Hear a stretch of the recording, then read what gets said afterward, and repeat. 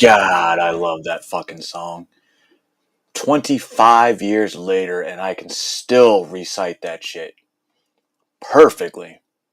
Almost as if like I learned it yesterday. There's actually more to that song. They just did the Intensive millions of portion everyone dollars else on a knows. military parade on a day that just happens So, to be his 79th now we know why birthday. we're here. We will take you through all the It visuals of what is happens here in the coming the hours. You are seeing some of that 250th hardware on the birthday bottom of left the part of your United screen on the States National Army. Mall. You're seeing part of the parade starting to kick off as Oh, troops and some of the gear get in place to make their walk down Constitution Avenue. y'all We will ready? have it all for you in Y'all the coming ready? hours. As soon as I this am shit AP starts, Washington let me find the correspondent White Sagar House Nagani. page. I am joined by Pentagon colleague Let's Tara see, Kopp Stan. and Command Sergeant Major Alex Kuprati from the U.S. Army. Sergeant Major, thank you so much first for Holy joining shit, us. NTF's got a Tell us, for panel? you Or as a career live soldier, later?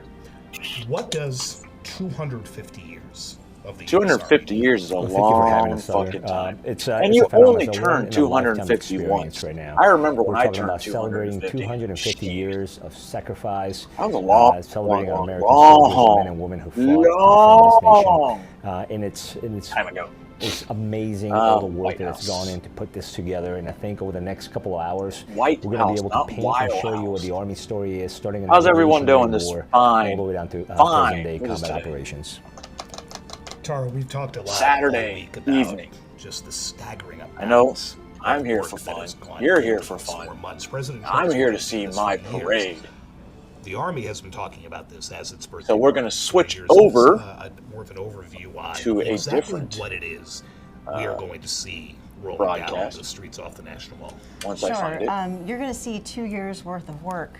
Ground of Yorktown's first stand to the There we unwavering go. readiness at Fort Bragg today, and onward to West Point's next generation of leaders. Fuck West For Point leaders. 250 years, Fucking one college boy force pieces has of shit. stood ready, unshaken, Ah. unmatched, unbreakable. And But why today, are captions the on? legacy rolls Oh look, it's on. already started. This There's the Army is band. the United States Army's 250th anniversary parade. Here we go. I've marched in plenty of military parades. Please welcome the Chairman of the Joint Chiefs of Staff, General Dan Kane.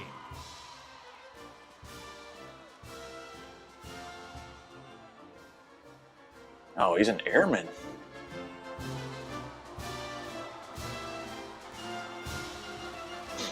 Oh, that was definitely not supposed to say no King's Day. God damn it.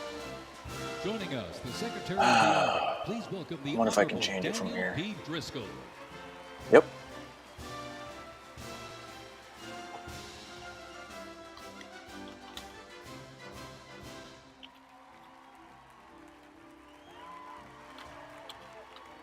Ladies and gentlemen, please welcome the Secretary of Defense, the Honorable Pete Hegseth. What up, Pete?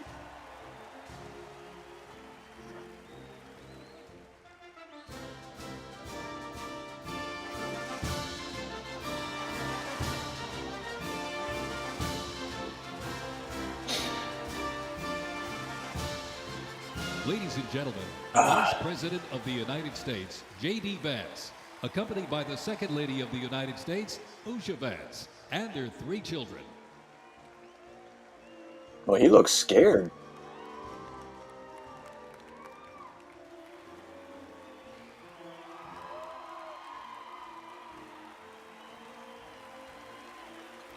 Kind of different being on the watching side as opposed to be the marching side.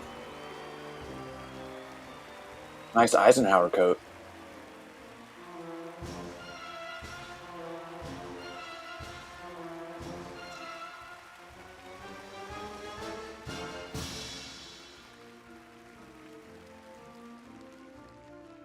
I forget what I was going to do. Wait for it. Uh-oh.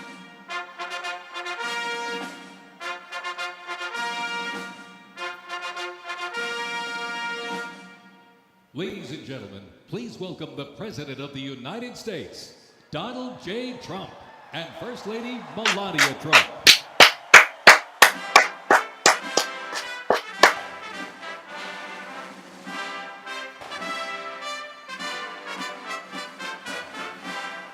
Look at those cannons going off.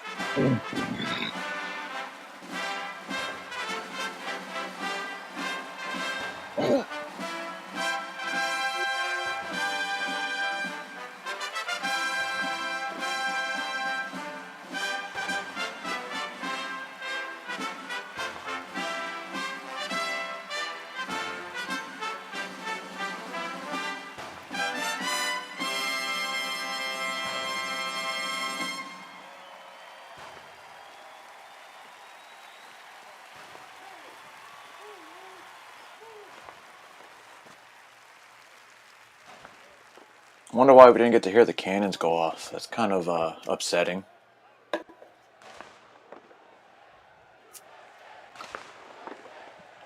Oh, you can.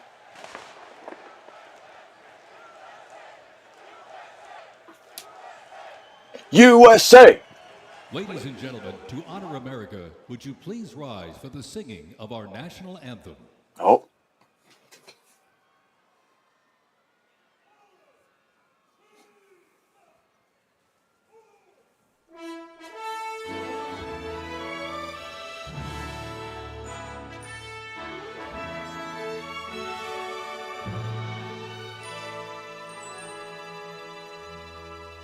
Oh, say, can you see by the dawn's early light what so proudly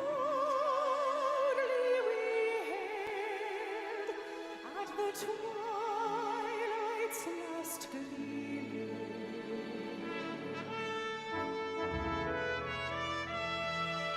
Whose broad stripes and bright stars through the perilous fight, where the ramparts we watched were so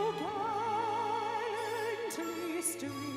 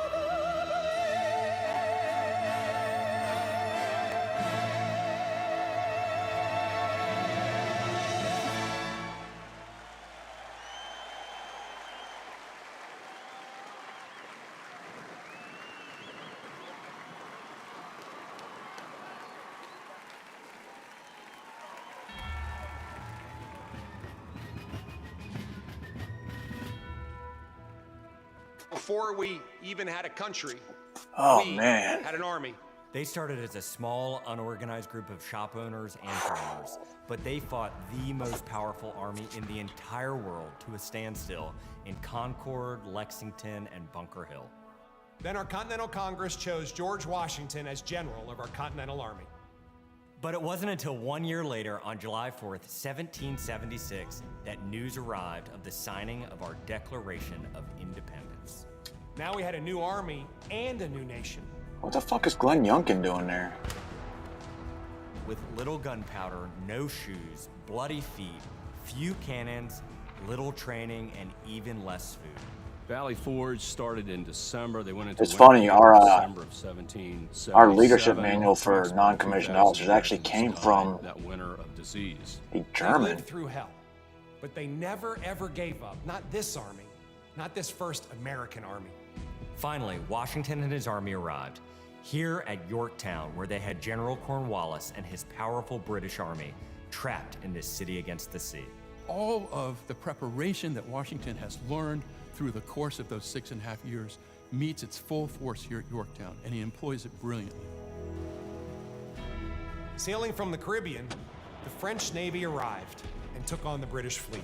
Washington decided to make his move. Our men began digging to get closer and closer to the fort, finally getting within rifle and cannon range. Naturally, George Washington chose to set off our first cannon shot. The British had two small forts in front of the main fort. They were called redoubts 9 and 10.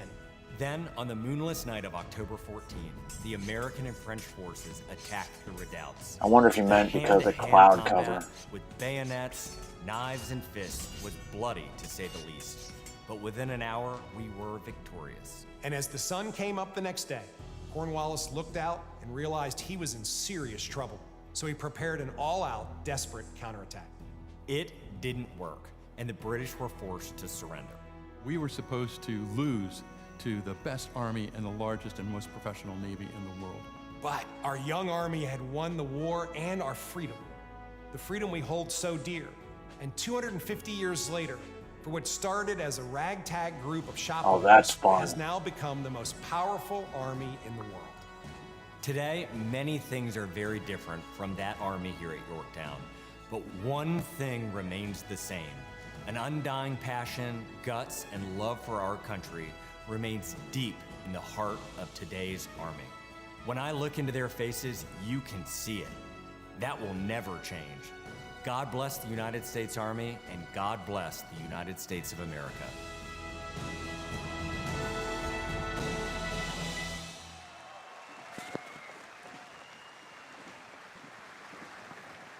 I kind of thought they would be in dress uniform.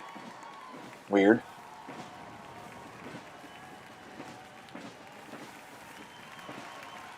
Wait, are those generals?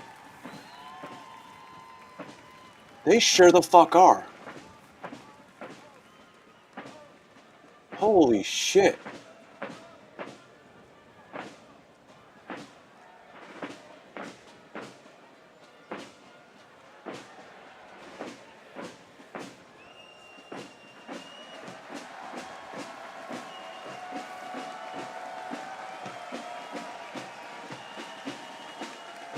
Hey, can we see the parade? Yeah, I've seen Trump enough. Thank you. Of course it's a 2-star up front. Oh, get out of the way, fool!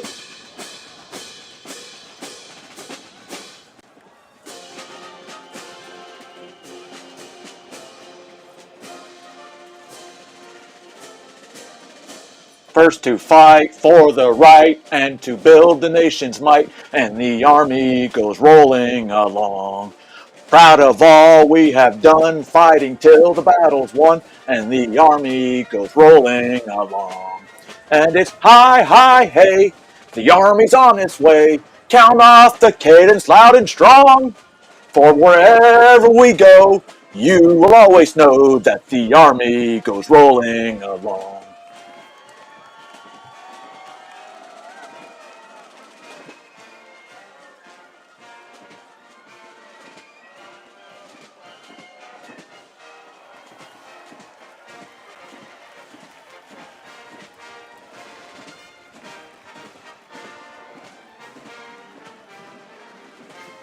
This army band, their job is literally to play instruments. That's why they enlisted.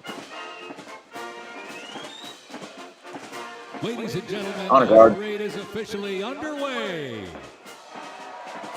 Up first, Thank you, Corey. Thank you. renowned as one of the world's finest professional music organizations, the United States Army Band Pershing Zone. They are the premier music organization of the U.S. Army, our nation's most senior service. Stationed at Joint Base Meyer-Henderson Hall, Virginia, it plays an important musical role in events of national and international significance. They were founded back in 1922 by Army Chief of Staff John J. Pershing. They're led today by Colonel Bruce R. Pulver and Drum Major Rob Moore. Today, Pershing's Own is playing a melody entitled The Army Goes Rolling Along. This was actually written in 1908 by the then Lieutenant Edmund Louis Snitz Gruber, which was a descendant of Franz Gruber, who composed Silent Night. It was originally written to be the artillery regimental song titled The Caissons Go Rolling Along.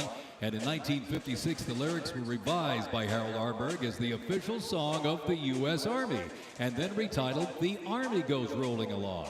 Pershing's Own carries on its century-old legacy, playing a march that brings pride to every soldier. Yep. The Army Song.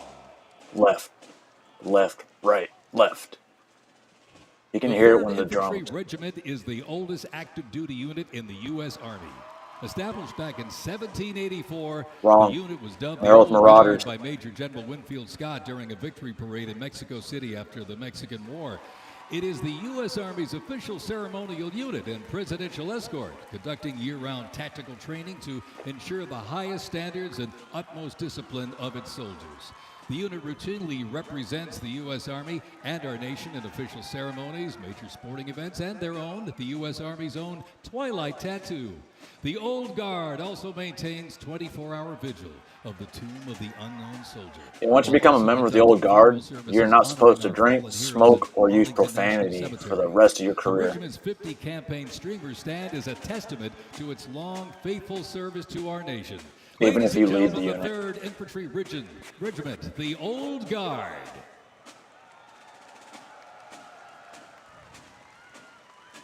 And if you're In 1775, the shot heard round the world at Lexington and Concord sparked a revolution, uniting 13 colonies and forging a continental army from farmers and frontiersmen. Against the odds, they turned the tide at Trenton and Saratoga. Kinda makes me survived miss it Valley now. Forge, and at Yorktown forced a British surrender, securing independence and giving birth to the United States of America.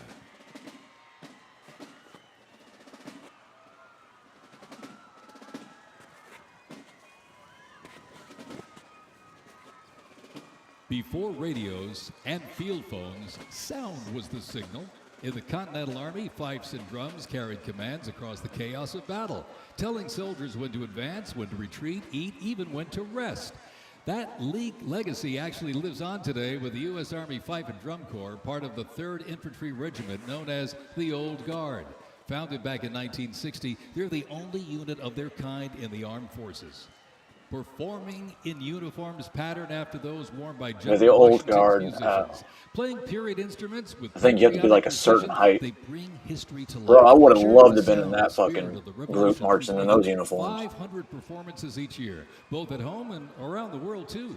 The Old Guard, Fife and Drum Corps, everybody.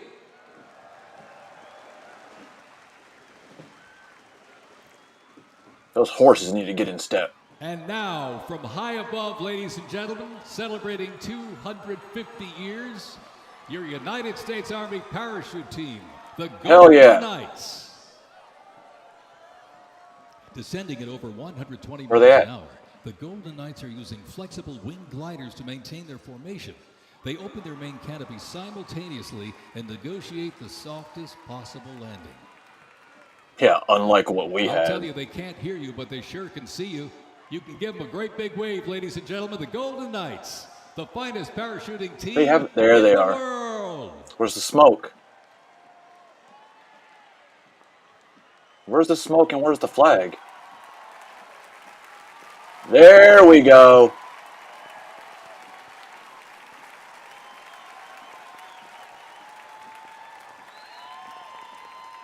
Dude, I'm telling you, seeing this shit live, I mean in person, nothing like it.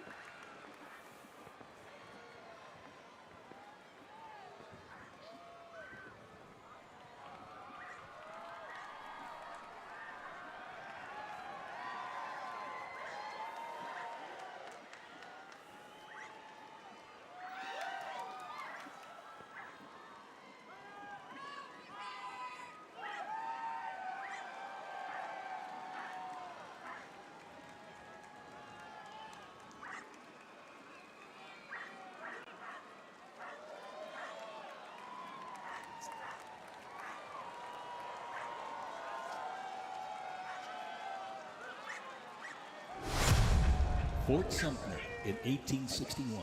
A nation divided. Over 4 brutal years, nearly 2 million soldiers fought to preserve the Union. Among them, 5 future presidents and the first recipients of a brand new military decoration, the Medal of Honor. With independence won, our nation's westward expansion began. The Army moved in step, guarding settlers as Native Scouts lit the way. You know, the Immigrants most joined Medal of the cause, Honors and were the won Buffalo by Soldiers medics. etched a legacy of grit and honor across the American frontier. Fourth ID.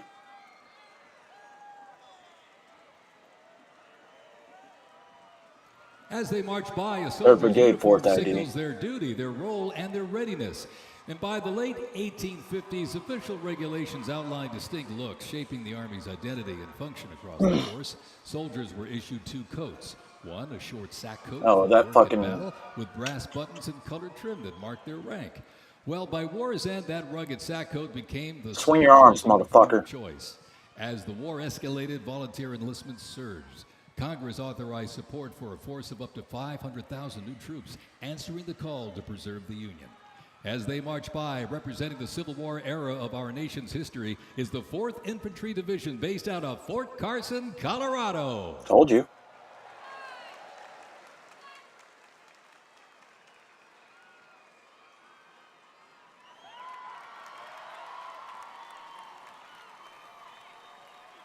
Yes, I did, Laura. I didn't jump from airplanes like that. I jumped from anywhere between 5 to 2,400 feet. And our parachutes were pretty much opened by a little static line we hooked up to the airplane. And once you jumped outside the airplane, it pulls your parachute for you.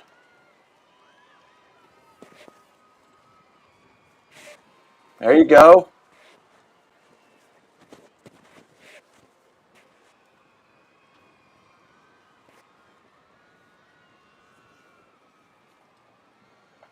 Oh, that's first Cav. From Fort Cavazos, Texas, home of legends, the 1st Cavalry Division rides with pride. Born from the thunder of horse cavalry traditions of the Civil War, the 1st team forged its reputation on the front lines of history. They stormed Manila with the flying column, charged into Pyongyang as the first to breach the line and face the brutal crucible of Ia Drang, the first of 13 named campaigns in Vietnam where they proved their mettle. Today, that same warrior spirit lives on.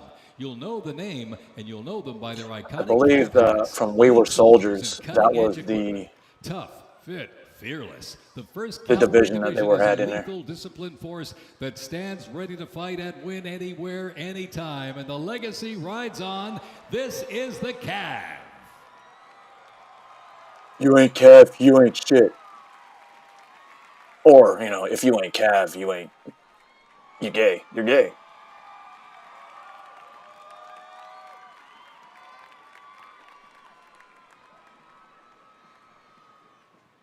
Special thanks to our sponsor, Lockheed Martin. Oh, of course. Military industrial complex. Why not?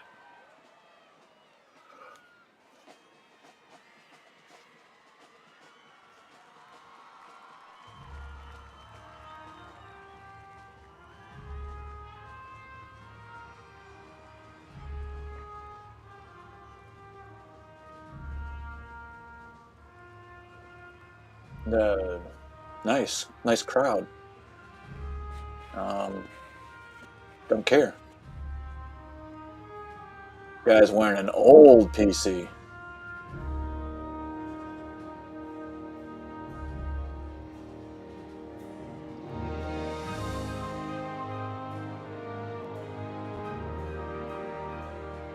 You know they spent almost all day practicing yesterday.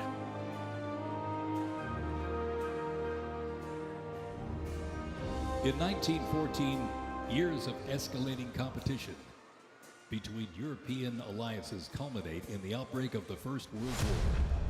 The two sides engage in a savage war of attrition, defined by opposing trenches, barbed wire, poison gas, and mass casualties. The United States initially maintained its neutrality, but was eventually drawn into the conflict in 1917. Despite having less than 130,000 soldiers at the beginning, the Army eventually grew to over 4 million, with nearly 2 million soldiers serving in Europe. In 6 months of fighting, nearly 50,000 Americans lost their lives, with another 190,000 wounded. The guns fell silent with the armistice of November 11th, 1918. Whoa.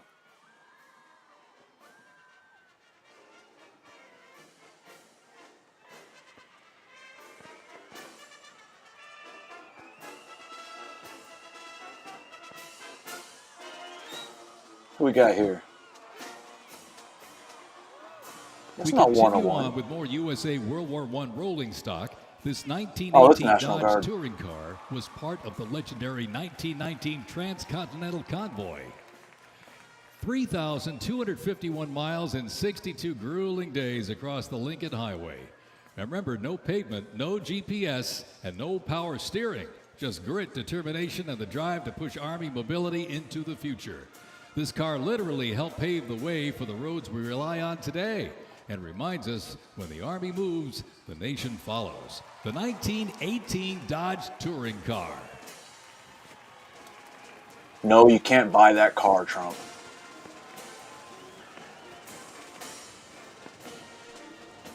Those things don't breathe. They suck balls.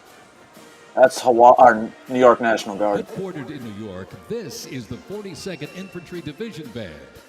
At the start of World War I, the 42nd Infantry Division was formed with troops from 27 National Guard Yeah, man. You ever tried driving a across the Humvee? country Those power like the steering things rainbow, go composed all of the time. skilled musicians from all walks of life and professional occupations. They perform a variety of musical genres. Though their mission is primarily a musical one, the members were ordered into Get in active step, federal service faggot. back in 2004 in support of Operation Iraqi Freedom 3. The band has also served in support of numerous state active duty missions, including cleanup efforts following Hurricane Sandy, distribution support during COVID-19, and recently, support for New York State Corrections. Commanded by Chief Warrant Officer 2 Ethan Wagner and led by Drum Major Sergeant First Class Drew Gans, the band is performing Over There, written in 1917 by Broadway composer and recipient of the Congressional Gold Medal George M. Cohan. Representing the World War I era is the 82nd Airborne Division, based out of Bragg, North Carolina. You'll notice the unit is wearing replica World War I uniforms signifying the soldiers who served our nation during this time. And jump boots. When the Americans entered the Great War, our soldiers, under the command of General Blackjack Pershing, hit the trenches in the new standard. It was the olive drab winter service uniform. Now on their heads you'll see a steel helmet with sand-textured paint built to deflect deadly shrapnel from above. Not bulletproof, but battle tough. Nicknamed the Pershing boot, on their feet was the M918, 1918 French boot. It was designed to survive the brutal grind. Yo, that of trench motherfucker's all warfare. out of step. That's And on annoying. their backs, the field pack, rations, ammo, first aid, and a gas Look at that mask. fat fuck. Everything a doughboy needed to fight and to win. That's not 82nd. Incidentally, the 42nd Infantry Division was deployed to heavy combat abroad and then deployed again in World War II, ultimately liberating the Dachau concentration camp. The 42nd responded to the terrorist attacks on 9/11. Later, with the war on terrorism, the rainbow stretched across the world again. Not in deploying D.C. Iraq as far as and I know. Afghanistan. But like I said, it's not going to happen until it Thundering gets dark. into view, the pride of Fort Sill, the U.S. Army Artillery Half Section. Yay. This is literally powered by horsepower and heritage. This elite ceremonial unit honors the legacy of the Army's horse-drawn artillery. With precision, discipline, and 6 majestic horses pulling a vintage 1918 caisson, the half section keeps tradition alive and rolling strong. Representing the power, pride, and precision of America's field artillery, this is Fort Sill's finest, ladies and gentlemen. Yay!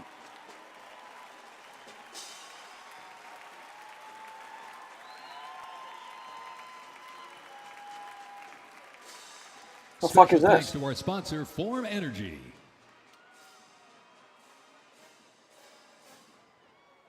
Another sponsor of war?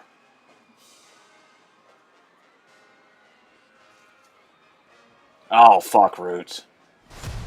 That's gross. World War II, a global fight for freedom. In history's darkest hour, the United States I Army re-enlisted was on the that front beach. lines, From the beaches of Normandy to the islands I will of the never Pacific, forget that the experience. greatest generation faced down tyranny and turned the tide. Hey, glider. From bombers to fighters to transports, U.S. Army aircraft started to thunder across the skies in World War II. And take a look up there, ladies and gentlemen. Flying overhead right now. They are fast, they are fierce, and famously used in the Doolittle raid over Tokyo. Leading up front, the mighty B-25 Mitchell. Up next, There's the Cadillac 82nd. of the sky, the P-51 Mustang. From the sky, we're back down on the ground. In World War II, one vehicle led the charge, the legendary quarter-ton 4x4 command recon vehicle, the Jeep. You might have a Jeep in your driveway, but not like this. The I US know, Army truck I know. quarter-ton 4x4 command reconnaissance, better known as the Jeep, was an iconic vehicle of World War II and was the world's first There should be mass-produced 101st behind four-wheel him. drive vehicle. The Army used the Jeep for almost every military activity, including command vehicles, scout cars, and medical ambulances. Fast, rugged, the Jeep became a symbol of American ingenuity.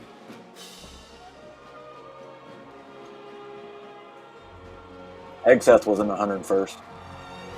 Look at the medic! Look at the medic! From Fort Bragg, North Carolina, this is the 82nd Airborne Ceremonial Band.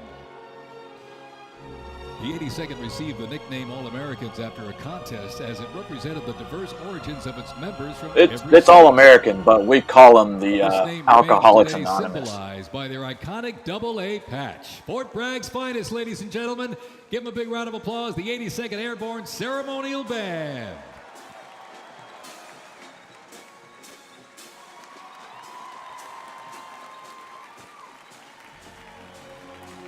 That's got to be the Sergeant Major.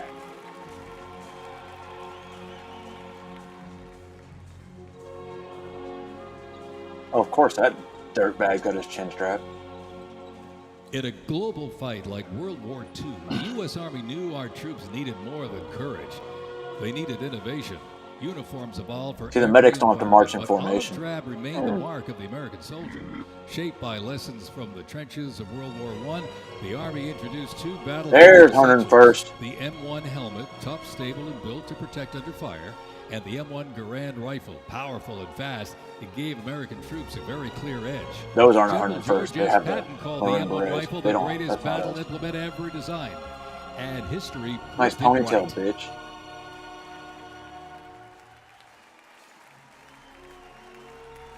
The 82nd Ah, man. Airborne Division. The unit is best known for their bravery on D-Day when 12,000 parachute and glider troops destroyed German supply lines after fighting for 33 days straight.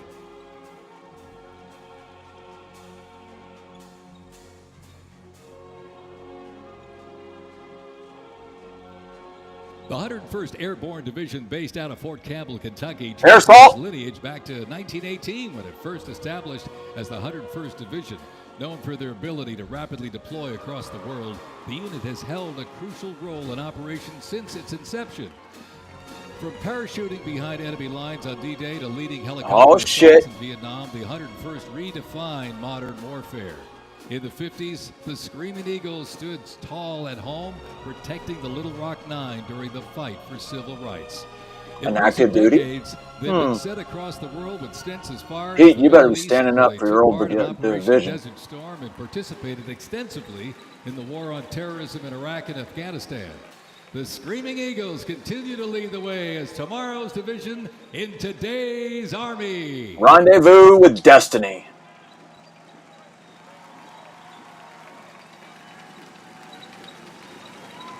The iconic Sherman tank is here, ladies and gentlemen. It was the cornerstone of the U.S. Armed Forces, showing its military might in World War II. It became one of the most influential tank designs of the 20th century. The M4 tank was nicknamed the Sherman tank after Civil War General William Tecumseh Sherman. Actually, it was named by the British. With almost 50,000 produced during World War II, the Sherman tank was Who in the fuck active is that service lady? until 1957. Secret Service. In World War II, the M16 half-track was a force to be reckoned with. It was a self-propelled anti-aircraft weapon with speed. I see that at Fort power, Riley. and grit. Nicknamed the Meat Chopper, its quad 50 caliber mount could unleash 2,300 rounds a minute. Quite devastating. It served through Korea, Vietnam, and beyond, and remains in use in U.S. allies to this day. The M16 half-track brings the fight wherever it rolls.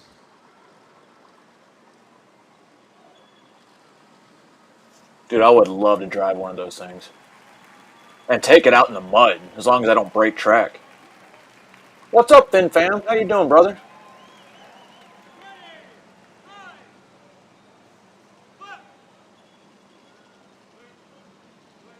I'm surprised they're letting tracks go on the street.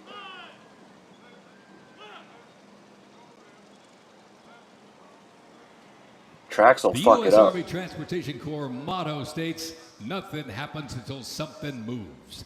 That was second to none. Then with this, look at this, the 2.5-ton Chevrolet Deuce and a Half. It can move up to 10,000 pounds of cargo and was the backbone of the Red Ball Express that kept the Allies supplied after D-Day. Hey, no problem, Finn. You should have known. It's the Army's birthday. I wouldn't miss this for anything.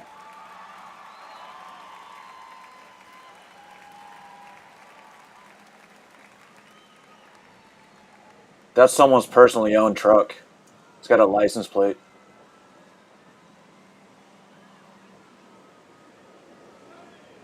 Oh, you're already fucking the Jeep up? Typical military vehicles.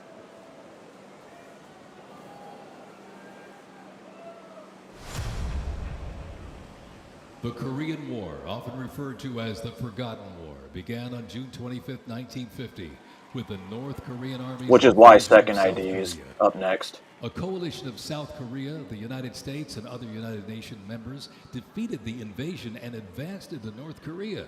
The coalition fought and defeated 2 Chinese offensives in the Second ID was my first unit. Armistice Weijambu, Korea. shortly after that defeat in July of 1951 until the armistice was signed 2 years later in 1953. Combat consisted of small attacks, raids, and patrolling. During this war, the United States deployed approximately 6.8 million military forces to the Korean Peninsula. That's where I got my first anthrax shot.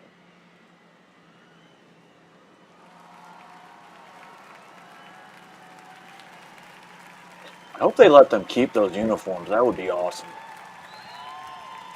I know they can't keep the rifles.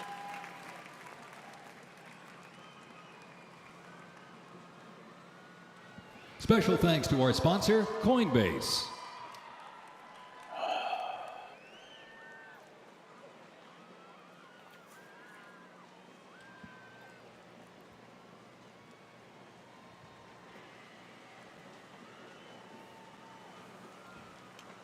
It really does make me miss it some right now.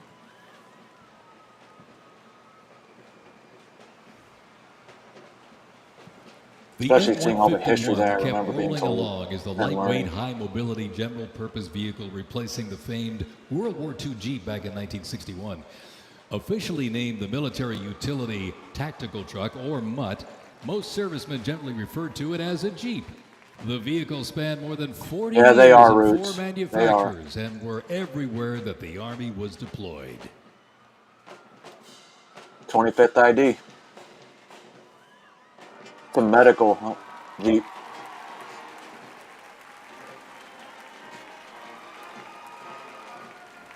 Because it's a long way from here. At 2.5 tons, this Deuce and a Half, the M35A2 classic military transport truck, was a mainstay of the U.S. Army for decades. Sure was. During the Vietnam War and Operation I've driven one of those. Freedom.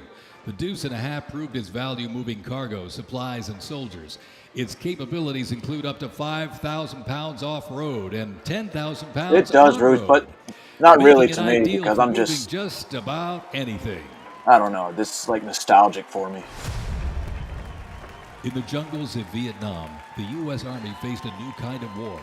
Helicopters became the new workhorses of battle, Sure did. delivering troops, firepower, and supplies in Oh, they're some using some of the older unforgiving ones, terrain too. on Earth.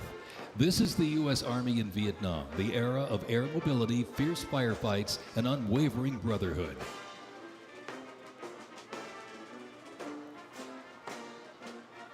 And over the music marching through, the roar of these legendary Army helicopters takes to the air.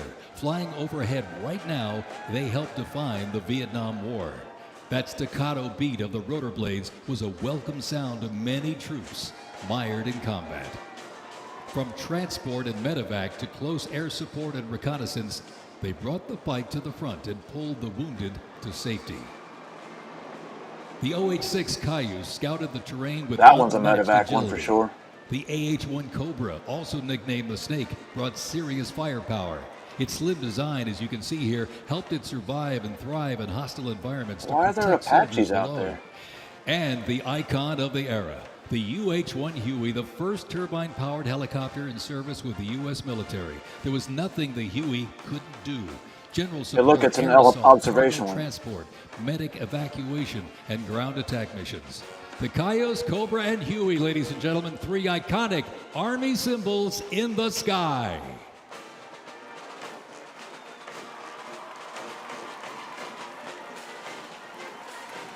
The 1st Cavalry Division Band, based out of Fort Cavazos, Texas, has played a vital role in U.S. military history. I Since believe its it, origins Laura. back in It is in 1855 Minnesota. as the band of the 1st 2nd Cav. Cavalry, it has supported operations from the Civil War to Desert Storm. Over time, it's evolved into a powerful force, using music to strengthen bonds between soldiers and engage with communities. From World War II in Korea to the Vietnam War in Bosnia, the 1st Teen Band has enhanced morale and upheld the division's enduring legacy. Today, the band continues its mission using music to shape perceptions, foster trust, and promote national Army and division interests. Standing ready to serve, it remains an enduring symbol of the 1st Cavalry Division's legacy and commitment to duty. Motherfuckers. The band performs Hit the Leather and Ride, a march composed by Captain Robert Meredith Wilson.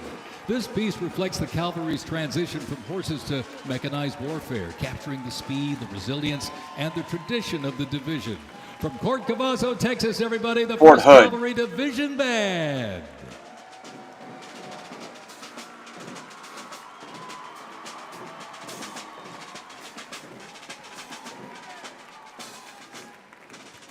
The U.S. Army deployed It is, large Fam numbers Fam. of It really troops in is. support of the Vietnam Sorry, I War. just saw this The the first last contingent match. of U.S. Army Look at that advisors kid. arrived in Vietnam in the late 1950s, and that quickly grew to a small team of around 100 soldiers, which then expanded to Look more at than that fat fuck. 600 over the next decade.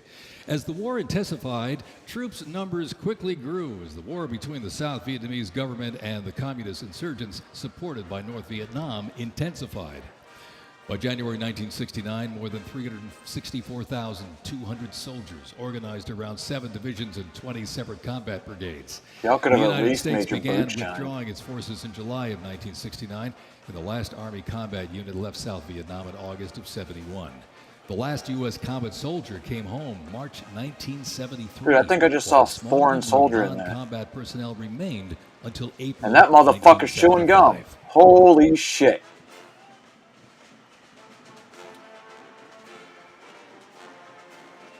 Representing the Vietnam War era is the 101st Airborne Division based out of Fort Campbell, Kentucky. There's Salt!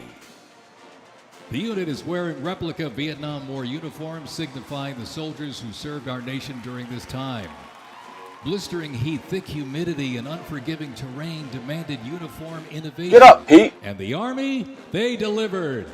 New lightweight uniforms were constructed to move with the soldier. The M16 replaced the M1 Garand, calling for redesigned ammo gear and faster reloads in combat. Body armor got smarter, jackets and trousers got lighter. I wouldn't really say they're bulletproof, the mission head on. because those things Gone were the heavy Mickey pretty Mouse shitty. boots replaced by canvas tropical combat boots that offered better Flak grip, jackets? faster drying, No and bueno. all-day endurance.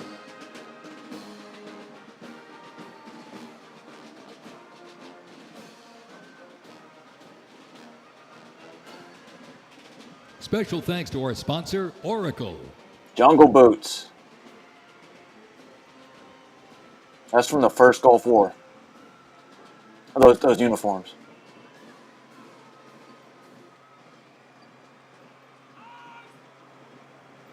Hey, Nunya, how you doing?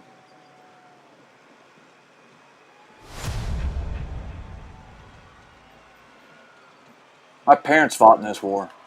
Well, Can't really call it a When war. They Saddam never left Hussein's Iraq Kuwait. invaded Kuwait in August 1990, the U.S. Army deployed to Saudi Arabia to deter further Iraqi aggression in the region for what was known as Operation Desert Shield. By the fall, more than It's the medic 750,000 again. troops comprising U.S. service members and coalition partners from more than 30 countries had assembled in the Saudi Arabian desert. Oh, it's first In ID. mid-January 1991, the U.S.-led coalition began Operation Desert Storm, which kicked off with an intensive air campaign Oh, designed thank to you, knock out Nanya. key I hope Iraqi you're doing well. infrastructure and weaken Iraqi I think I forces. said that already. The ground offensive was launched in early 1991, where military forces overwhelmingly destroyed enemy tanks and vehicles. After only 100 hours of ground combat, Oh, coalition it's troops first ID liberated sustainment Kuwait, and brigade. the Gulf War ended with Iraq's surrender.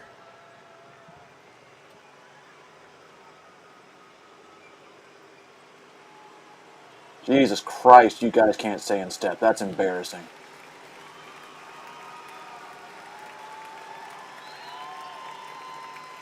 From Fort Riley, Kansas, this is the 1st Infantry Division, one of the Army's most storied divisions. Big Red One. Nicknamed the Big Red One because of the distinctive red on their unit patch.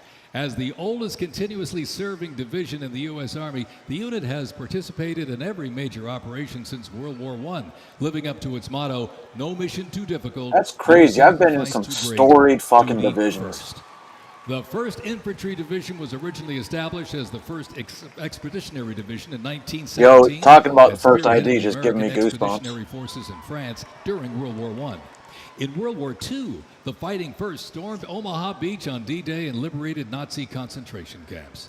The highly decorated unit has had Engineer 37 unit members right of there. the Big Red One awarded the Medal of Honor. In Washington, D.C., the 1st Division Monument stands in President's Park, memorializing those who died while serving in the 1st Infantry Division. Ladies and gentlemen, they are the Big Red One, the 1st Infantry Division. Toast of the Army's favorite son. All fuck. Hail the great Big Red One. Always the first to thirst for a fight. No foe shall challenge our right to victory. We take the field, a grand sight to see. Pride of the infantry, men of a great division, courage is our tradition. Forward the Big Red One. It is fast, it is tough, and it is lethal. Named for General Omar Bradley, a leader from West Point's famed class of 1916, the Bradley was built to carry troops into combat with protection and power. Armed with a 25-millimeter chain-driven cannon and twin tube-launched optically tacked wire-guided missiles, it played a critical role in clearing the way during the ground assault into Iraq. While the Paladin looks and sounds like a tank, it is technically a self-propelled howitzer and was first introduced back in the 1960s. Over the years, it's been upgraded to perform in versatile battlefields from Vietnam to the Soviet Union to Iraq. Oh, Bradley fighting vehicles.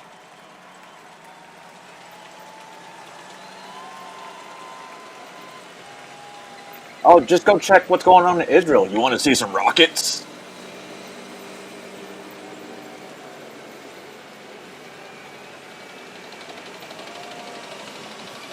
Yo, those can fuck some shit up. I was licensed on one of those, not the Abrams.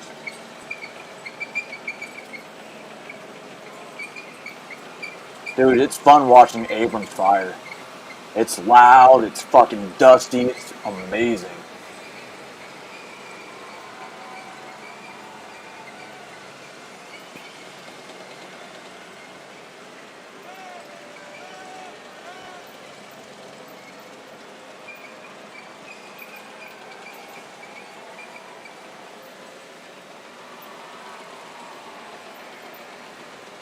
That's a whole lot of JP8 they're burning right there.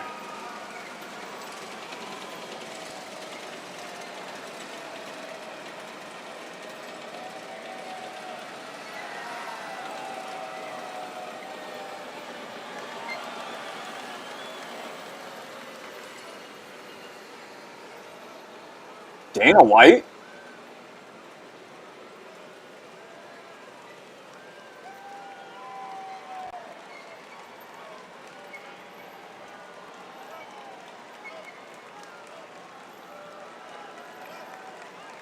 Humvees.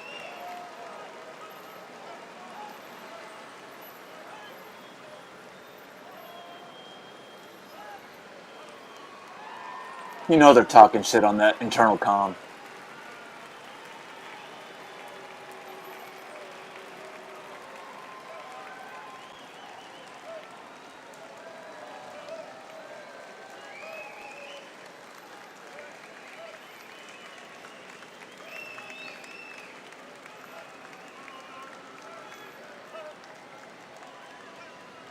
You look bored, Marco.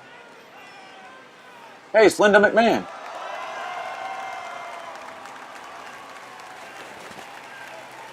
Third ID or third armor? Nope. Old Ironsides, first armor division. Faster than the first armored.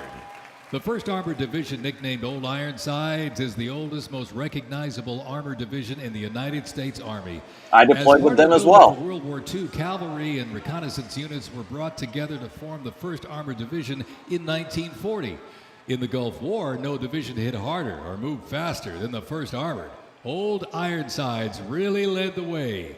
During Desert Storm, they engaged in some of the largest tank battles in Army history that were decisive victories, shattering enemy formations. Based in Fort Bliss, Texas, America's Tank Division is currently supporting missions in 20 countries across 5 continents. From World War II to today, Old Ironsides remains battle-proven and always ready.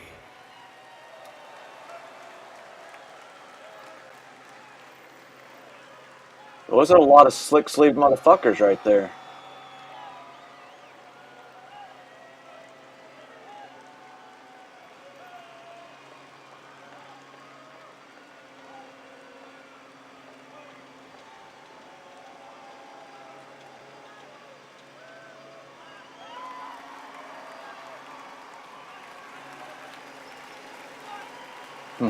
Eyes.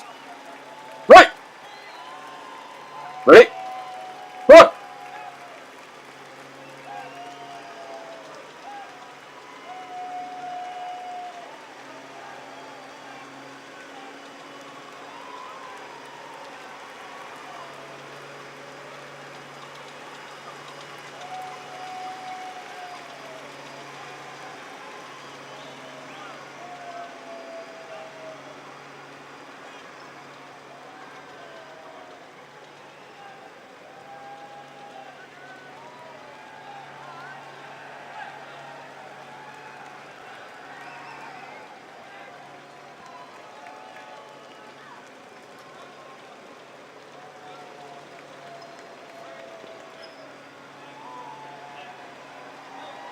Who the fuck is that? That's Gnome?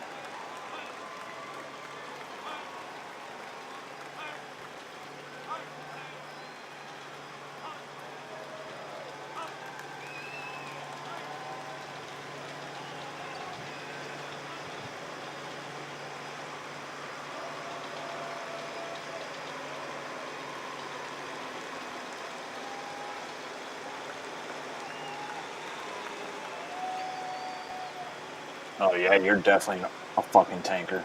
Fat son of a bitch.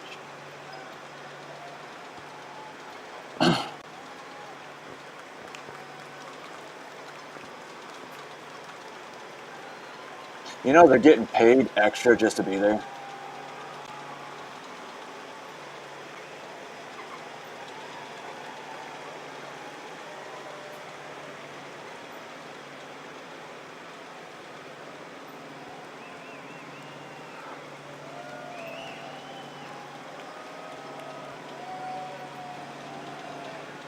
More Bradleys. First used in Operation Desert Shield and Desert Storm, the M119 howitzer brought precision firepower to the front lines. Lighter Oh yeah, I can spot them quick and easy. It was built for the infantry brigade, able to fire high into the air or directly at the target depending on the mission. Whether used in battery formation or as a standalone Love those support Nomex weapon, the gloves. M119 delivered reliable, responsible fire when it mattered most. Still in service today, including on the front lines in Ukraine, it remains a trusted part of the Army's arsenal. Wait. Why are our vehicles on the front lines of Ukraine? Look at that stupid lieutenant.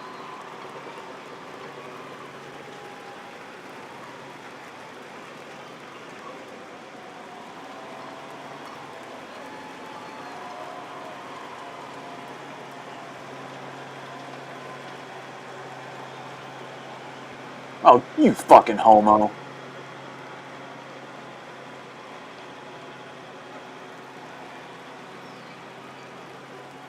Special thanks to our sponsor, UFC.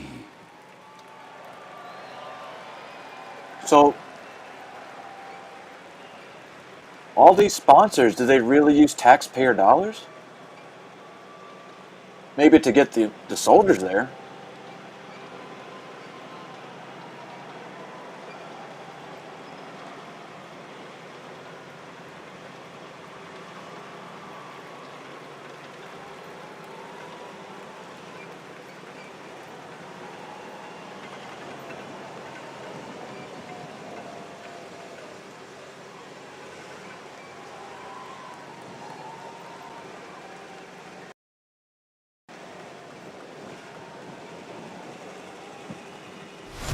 On September 11, 2001, terrorists destroyed the World Trade Center in New York City and struck the Pentagon in Washington, D.C. using commercial airliners. In response, the U.S. launched the global war on terrorism. The U.S. would stop potential threats This is around my the world war. and take the fight to terrorist groups and the nations that back them. The Army immediately deployed forces to Afghanistan to destroy Osama bin Laden's al-Qaeda terrorist organization and depose his sponsors, the ruling Taliban. The 2003 President Bush expanded the war to Iraq. Soldiers and other armed services overthrew Iraq's dictator Saddam Hussein. The fight to stabilize Iraq and prevent terrorist groups from overthrowing its new government continues to this day.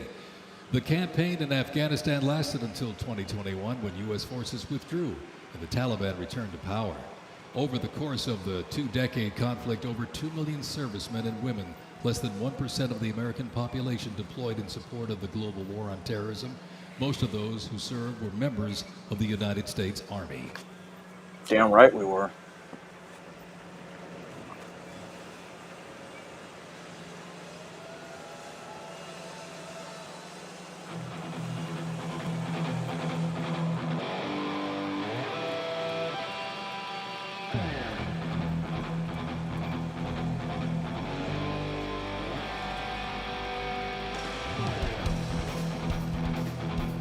Wait.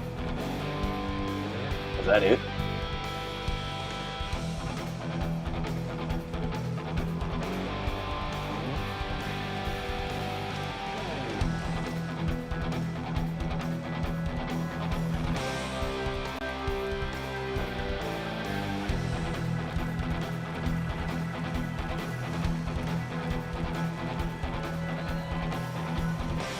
Where'd Trump go?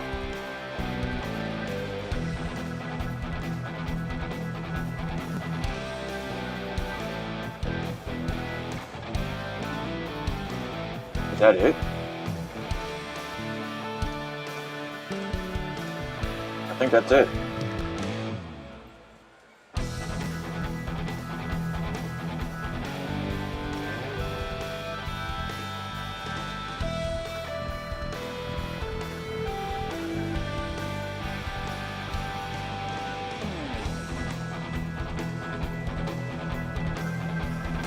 Don't think all our military vehicles run this well. These probably got front loaded and everything that's fixed on them completely. Other than that, they're some of them probably be broken down already. I'm surprised they didn't have a 1151 so they can show you how heavy some of these. Yeah, go ahead.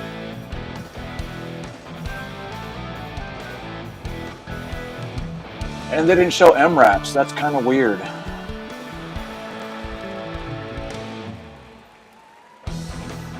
Green Beret. Recruiters.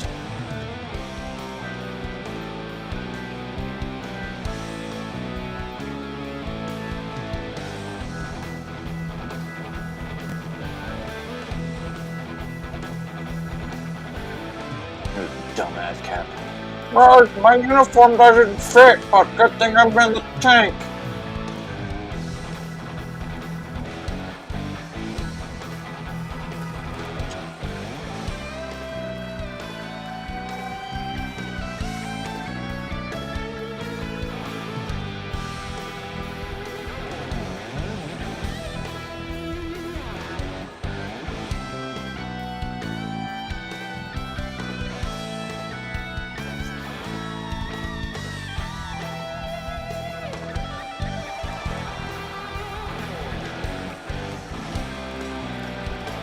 Well, the Global War on Terrorism is technically our last combat mission, operation.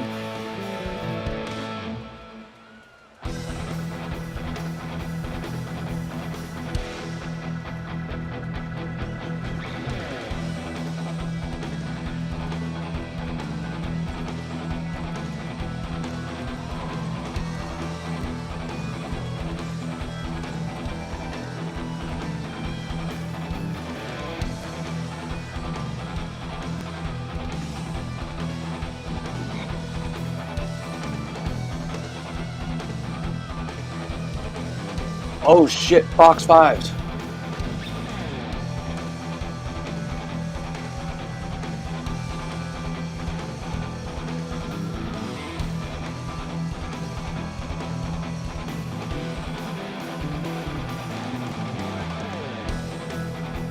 Look at that guy. I remember back in Vietnam.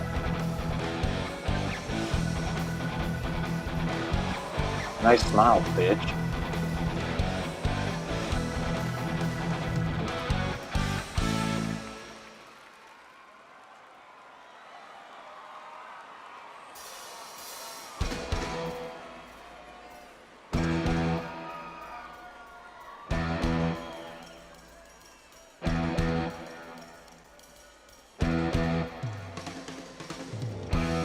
Oh, you couldn't set those up to fire?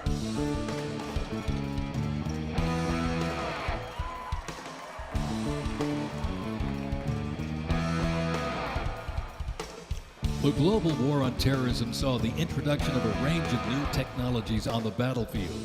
The 8-wheeled Stryker armored combat vehicle is the first new military vehicle to enter service in the U.S. Army since the Abrams tank back in the 1980s. The vehicle was developed to fill a gap in the Army's inventory between a lighter infantry and heavy armored unit. The Stryker armored combat vehicle enables the team to maneuver in close and urban terrain. What's the gun on it? Provide protection in open terrain. That's not a Stryker. Transport infantry quickly to critical battlefield positions. The first Stryker vehicles were fielded back in 2002 with the first Stryker Brigade combat team deploying to Iraq in 2003. Those aren't Strykers. What the fuck are you talking about?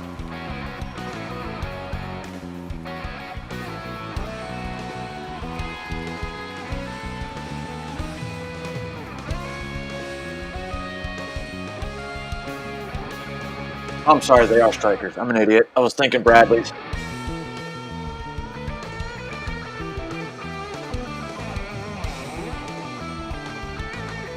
Now, Strykers I've never actually dealt with.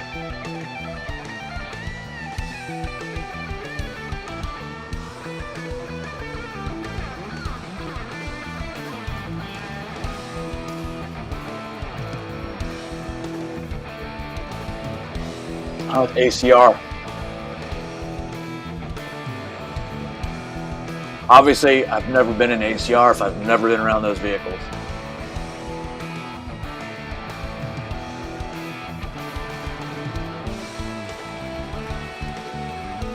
Green Berets right there. U.S. Army Rangers predating the Revolutionary War. Those are Green Berets. As part of the regular Army and patrolled the frontier from Ohio to western Illinois on horseback and by boat with the likes of Daniel There's the Rangers. and Lincoln in their ranks. After the 9/11 terrorist attacks, Rangers were called upon to lead the way in the global war on terrorism. As part of the U.S. Army Special Operations Command, the 75th Ranger Regiment, based out of Fort Bragg, North Carolina, Rangers lead the way. Represents a lethal, agile, and flexible force capable of conducting many complex joint special operations missions. Yo, what's up with that dude's beret? That's an SFAT is beret. the Army's premier What the direct fuck? action raid force. It is always combat ready, mentally and physically tough, and prepared to fight our country's adversaries. The U.S. Army Special Operations Command is an elite group of individuals trained to lead and succeed in protecting the country from their threats. Composed of 5 units with unique specialties, Special Operations works in small tactical teams, taking on the most challenging and I like how they sensitive say missions. SOCOM units Military for legends last. to service members and civilians alike, they take on terrorists through quiet guerrilla war-style missions in foreign countries. Ladies and gentlemen, the U.S. Army's Special Forces. And they're all long tabs, so yeah. Hopefully they have to be with a green beret on.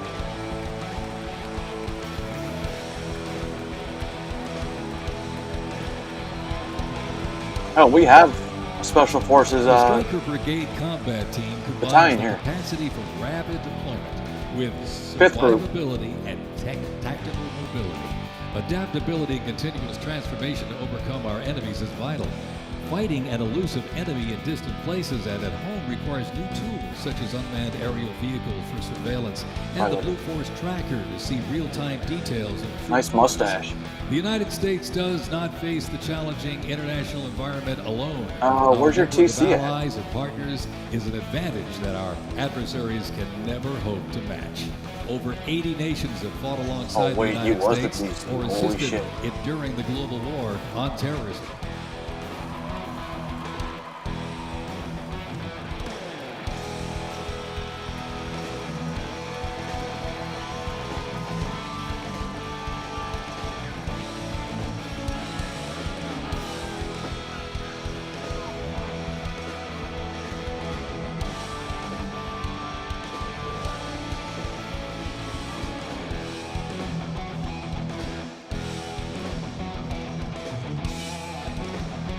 The 10th Mountain Division's climb to glory began with its establishment as the 10th Light Division in July 1943, the only one of its size in the U.S. military to receive specialized training for fighting in mountainous conditions. After periods spent inactive as a training division and as a upstate New York division, the unit returned to its roots in 1985 when it regained its Mountain Division designation. In the 1990s, the division participated in numerous humanitarian and peacekeeping operations. During the war on terrorism, the 10th Mountain Division flight fighters through repeated deployments to Afghanistan and Iraq. Now, since 2002, the 10th Mountain Division based 10th Mountain was actually part of the Mogadishu mission. Its combat brigades have seen over 20 deployments to both Iraq and Afghanistan. And there's their aviation brigade right there. And Operation Enduring Freedom. To show and then America's sustainment right might, behind they them. have one purpose Dude, to deter war and, if ordered, defeat the enemies of the United States of America. Not only chewing tobacco, he's got a fucking hat tilt back. Cocked back. Investments in cutting-edge systems, drone technology, and AI-powered capabilities strengthen the force, equipping soldiers with tools they need to protect the country and defend democracy. The Army has 8 Striker Brigade combat teams, 6 in the active component and 2 in the National Guard. More than 2/3 of the 7,000 servicemen and women who sacrificed their lives fighting the global war on terrorism were part of one of the Army's 3 branches: active duty forces, the Army Reserve, and the Army National Guard. The Army is continuously transforming to deter aggression. Oh, shit! Our adversaries cannot outrange or outpace us. This transformation is not just about adapting, it's about maintaining dominance, ensuring that America's Army remains unmatched in its speed, flexibility, and ability to support the nation's strategic priorities.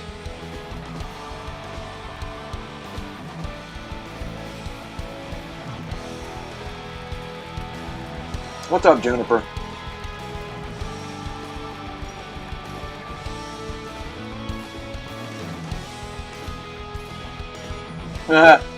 Bumblebee.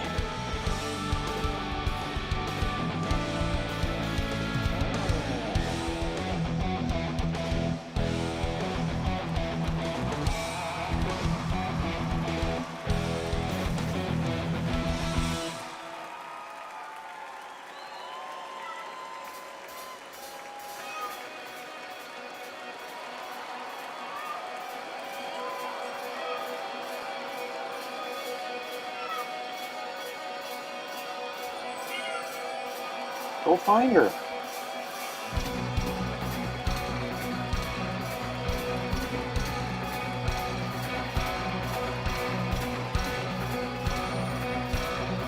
Look at that thing.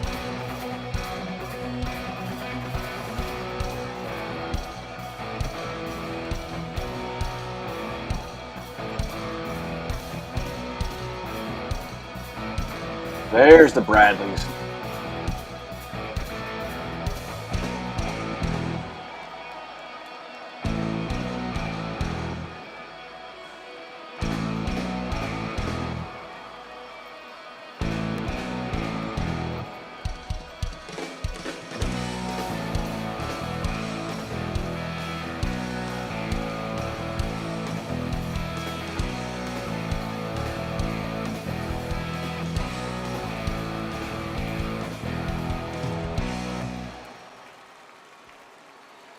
Yeah, there. That would be me right there.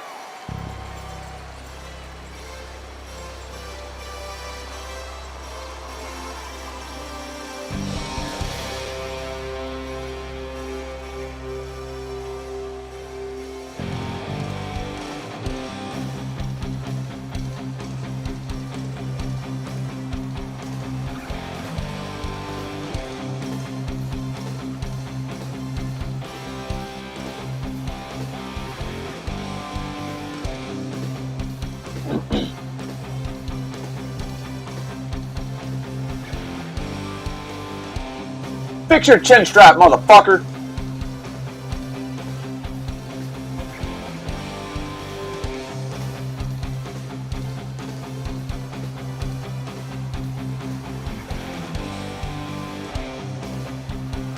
Special thanks to our sponsor, Palantir. Oh, fuck this sponsor. This is what's going to be storing all our information. The new Patriot Act.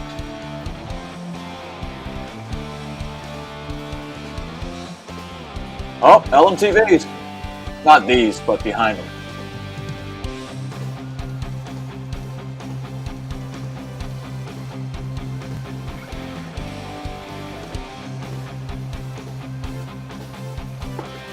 Nice mustache.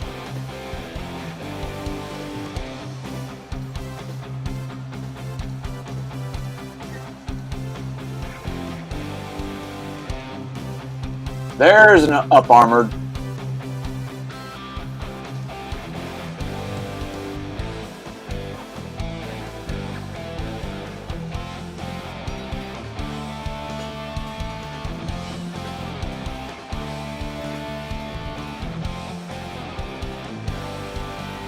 Those right there, they have a jet engine in them. And they're loud as fuck.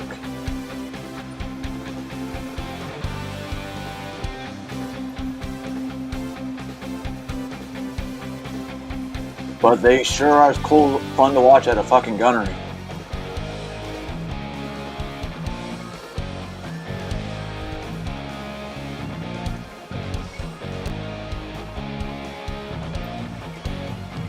Fucking lieutenant.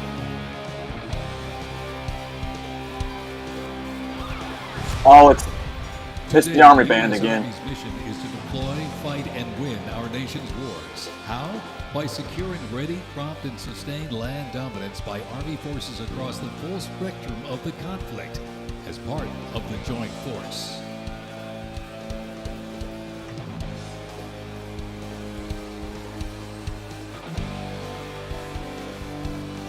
No way, it's one. Okay, it's not.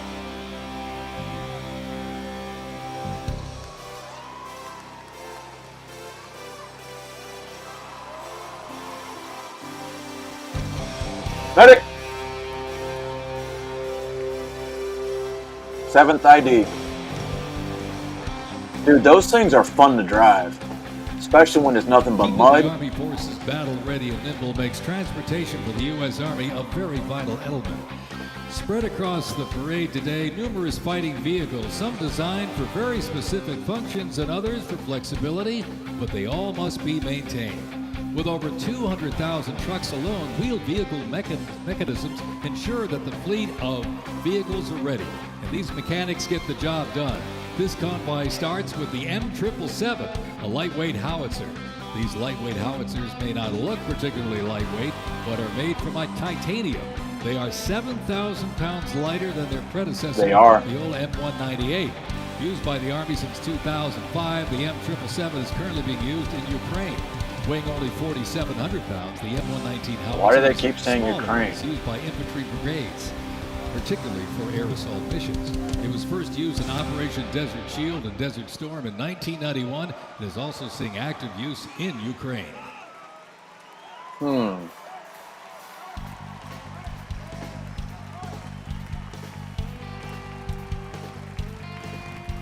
The 7th Infantry Division, stationed at Joint Base Lewis McChord, Oh, they has moved been them. seeing continuous combat action ever since activation in World War I. They used to be From Carson. Europe to the Aleutian Islands, Japan, Korea, Afghanistan, and the Pacific, The Bayonet Division boasts a proud history of answering the call of its motto, "Trust in Me," with resolute dedication.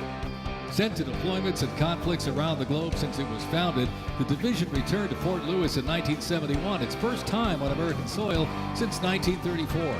The 7th Division, originally called the Hourglass Division due to their patch design, gained the nickname Bayonet Division. We used to call them Black Widows. To Korea in June of 1950.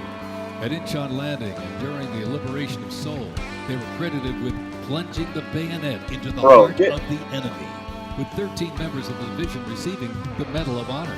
The 7th enables and sustains the combat readiness of 2 Stryker Brigade combat teams and a Combat Aviation Brigade.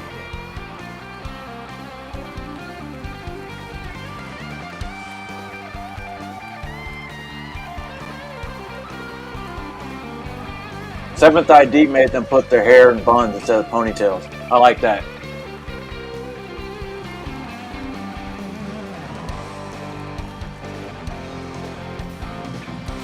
With the Pay attention, driver. The cornerstone of everything the Army does, we are continuously transforming. Army careers span the spectrum from attorneys to astronauts and mechanics to engineers. Look at that fucking the dude. Greatest asset is our people. The nation has to offer, with a myriad of talents that make us stronger. Aside from its people, the Army's asset is its technology and equipment. Coming up next, these vehicles offer a glimpse of what the Army employs for readiness and battle. The portable howitzers and the portable Abrams tank were used extensively in the Gulf War, along with Bradley tanks and the infantry squad vehicle. The ISV provides enhanced tactical mobility of an infantry brigade combat team. This allows commanders greater freedom of movement. The ISV provides the warfighter with increased flexibility to ensure infantry units maintain momentum to achieve mission success. Whoa!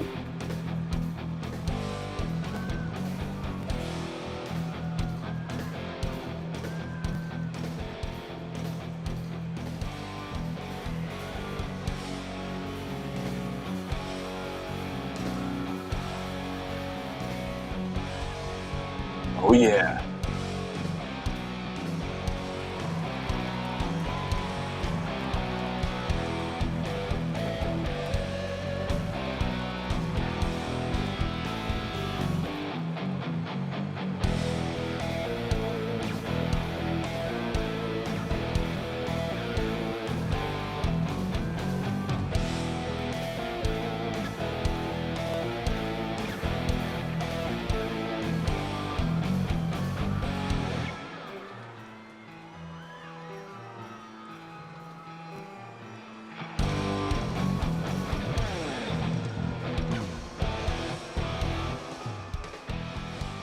Dude, they repainted all these vehicles too.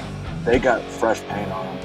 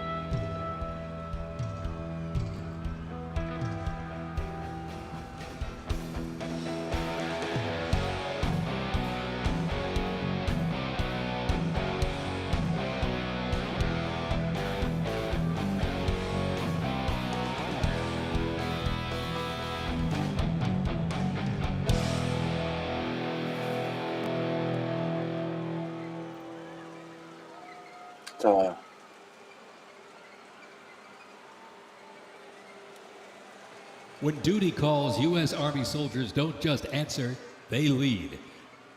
From Fort Bragg, witness a powerful demonstration of strength, purpose, and the unmatched capability of today's Army.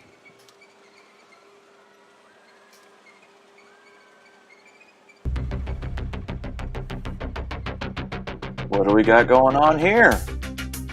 Look at the Apache and the Chinook. The Army has made me see my potential, and I feel like it's molded me into a better person. I grew up in a very patriotic household. My grandfather, he served in World War II, and his brother, my uncle, served in Vietnam. I can do this. If they can do this, I can do this. When I was born, my dad was still serving in the military, and him coming home in his uniform, I'm like, yeah, I want to do that. Ready for takeoff. My motivation, I think it follows in line. I think with what my family's done is kind of a sense of duty to serve our country and give back since it's given us Oh, so Apaches, much. H-64s. I'm a very, let's say, timid person, but definitely helped me become a more confident person.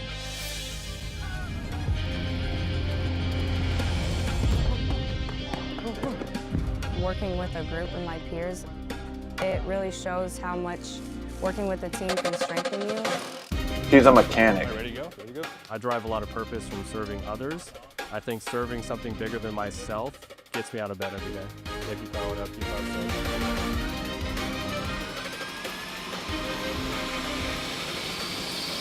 I definitely pushed Weaver. myself further than I ever thought I could go. I joined Oh, he's a because I want fucking to deploy. That's my main goal. MP. Deploy. If we get the call, we have to go somewhere, we'll do what needs to be done. That's just the way we operate here. There they are.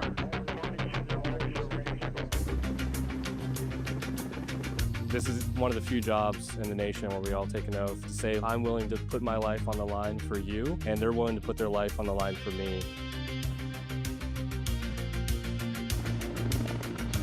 This is what we train for. This is what I want to do. My team leaders and squad leaders, they know exactly what to do. Check equipment, check weapons, check ammo.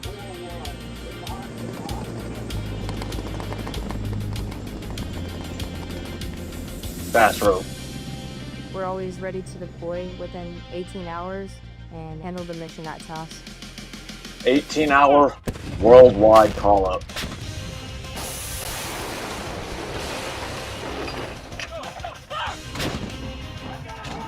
I'm getting a freedom boner right now.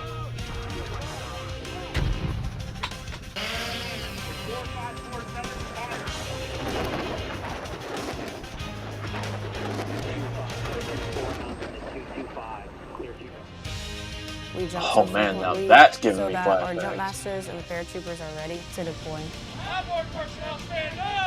I'm very passionate about being a jump master. The paratroopers, they see you and, you know, they believe in you. This is what I used to do, Laura. I love to instill that confidence with my passion into those paratroopers. It's a rush.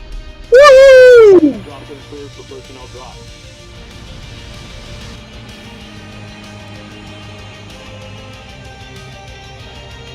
$60 paratroopers per bird. This week we honor 250 years of valor and glory and triumph by the greatest fighting force ever to walk the face of the earth, the United States Army. For 2.5 centuries, our soldiers have marched into the raging fires of battle and obliterated America's enemies. I love the Army. It is a great place to set yourself up for success, to prepare yourself for the future. God bless you, God bless our soldiers, and God bless the U.S. Army.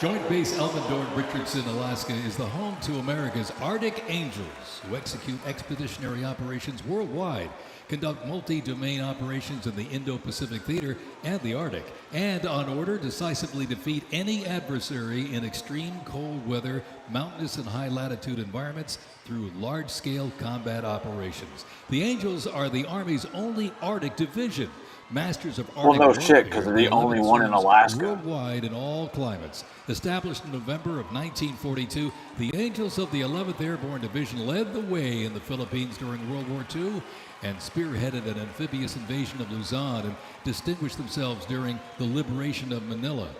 After periods spent inactive and stationed in Germany from 1963 to 65, the division operated as the 11th Air Assault Division with the mission of testing and refining the Army's helicopters. Well, if it makes you feel any better, Laura, I did jump in with a Princess Victoria Light Infantry, airborne, America's interests out of Canada. throughout the Arctic, in Alaska, and beyond.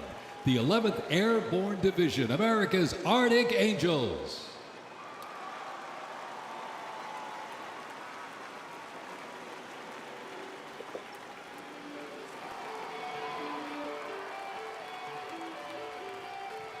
Requiring ongoing maintenance in the field and on base because nothing happens until something moves, wheeled vehicle mechanics supervise and perform maintenance, repair, and recovery operations on vehicles that serve the Army in a variety of mission-critical roles.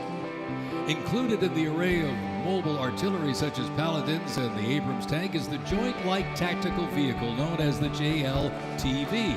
It's highly adaptable, providing protected and sustained mobility for personnel and payload. Those Paladins fucked up my brain and my ears. Capability while providing armor against small arms and improvised explosive Those aren't Paladins, devices. by the way. The JLTV, right there. What the fuck?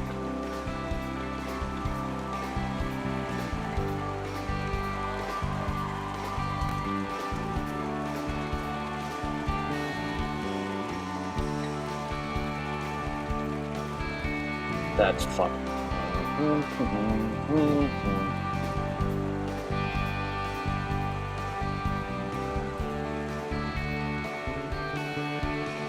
Just chilling, bruh. Just chilling.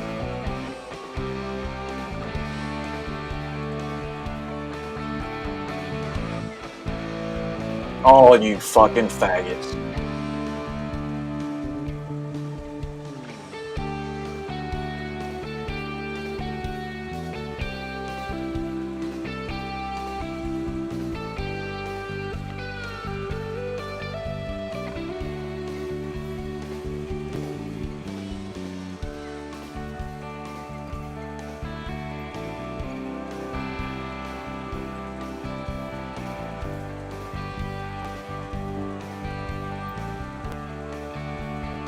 Dude, why are you wearing goggles?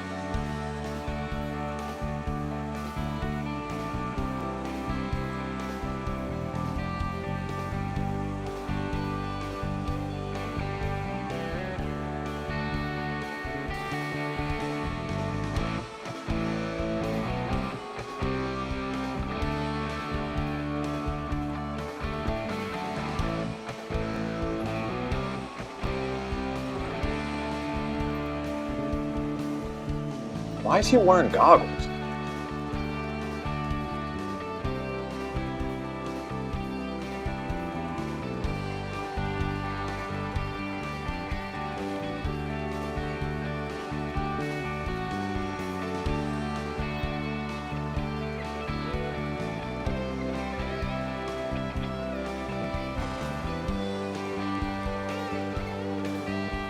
Look at those things. The crow.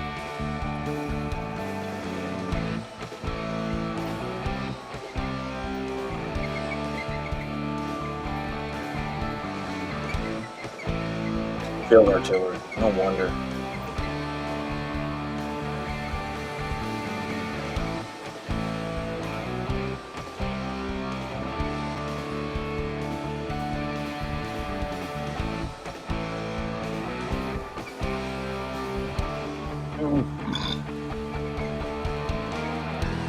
All right, Corey.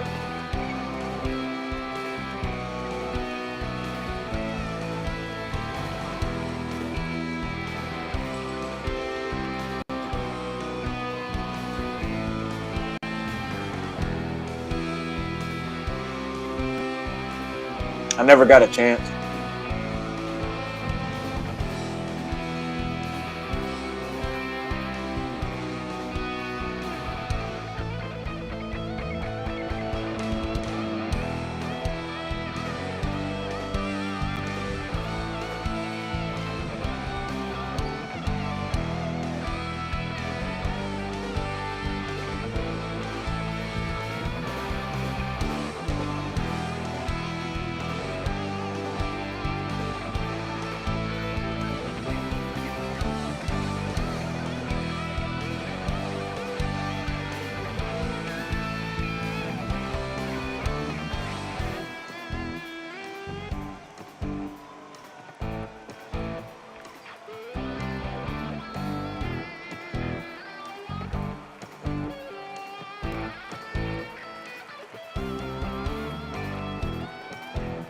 The U.S. Army Reserve is inseparably linked to America's long-standing citizen soldier tradition.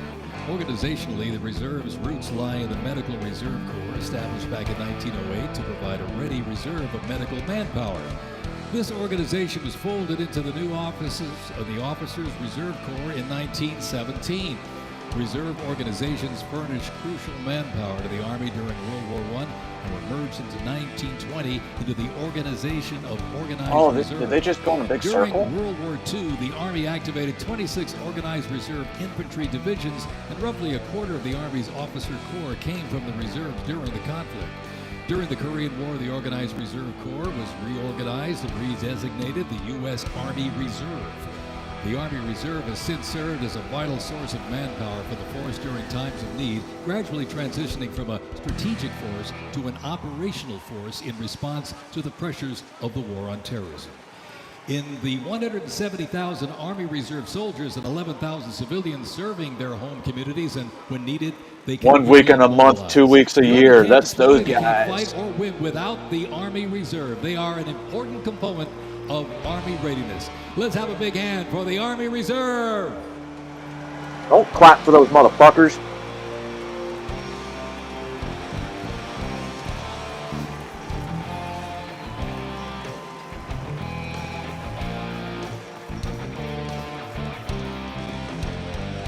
Today and tomorrow's Army looks to increase safety and survivability, create efficiency, and streamline processes. The Stryker is a great example of assessing evolving needs and developing the solution. Strykers provide a balance between heavy armor and infantry brigade and combat teams.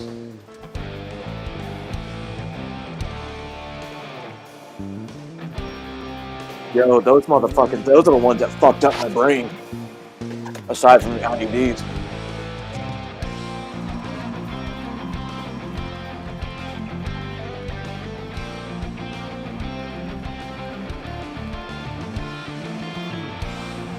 Nice little 50 cal sitting up top.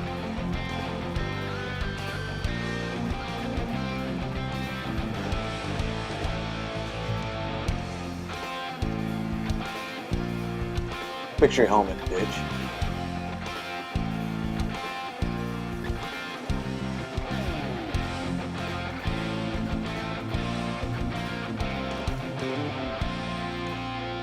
I'm really surprised they haven't rolled MRAPs down the street.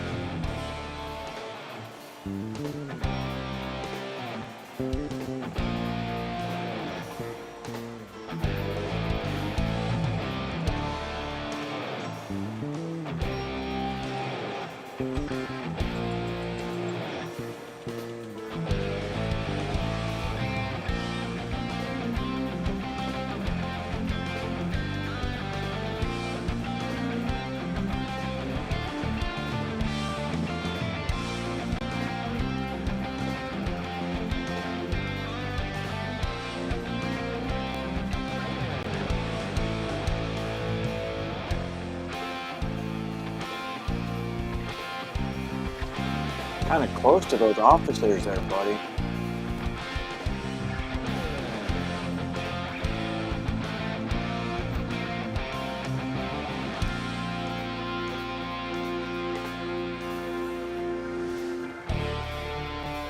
What the fuck is that?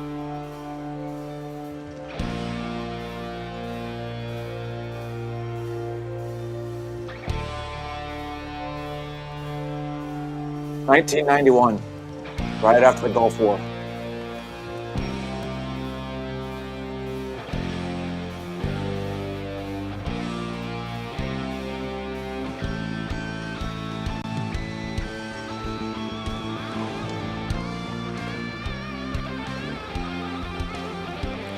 When Americans hear the name Bastogne, they remember one of World War II's most heroic defenses, the Battle of the Bulge. Surrounded by German forces in the frozen forests of Belgium in December 1944, soldiers of the 101st Airborne held the line. 1st Brigade.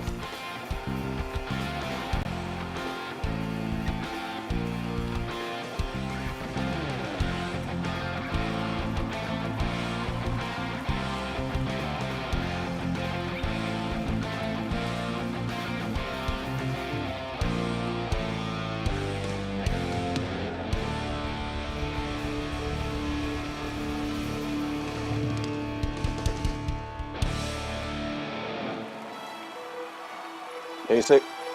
Oh, no, definitely not.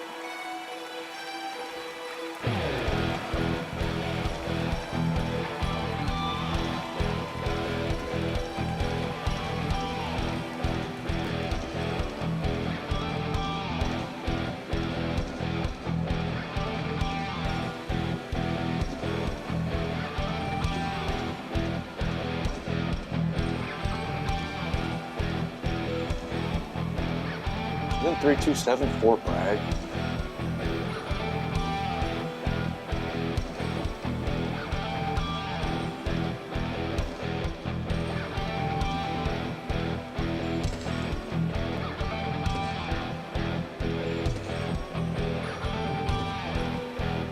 I like how they at least have dismount troops. That was literally me. I don't know why they're wearing their nods during the day, though.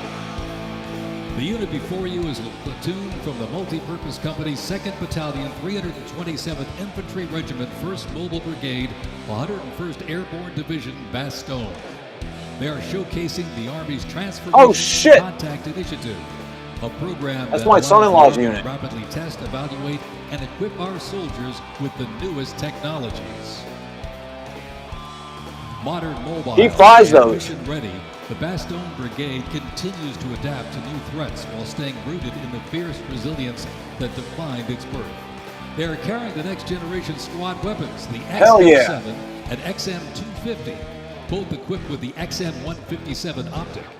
The vehicles are the infantry squad vehicle, a new mobility asset that can rapidly move through most terrain types. The trailer is the S-MET, and it's capable of carrying heavy loads under its own power through restrictive terrain.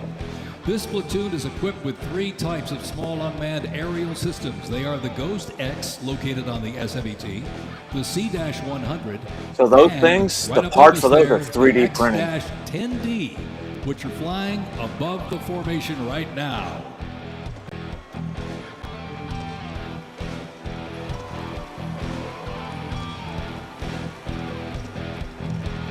Well, now I know who's flying those, or at least one of them. That camera's fucking expensive.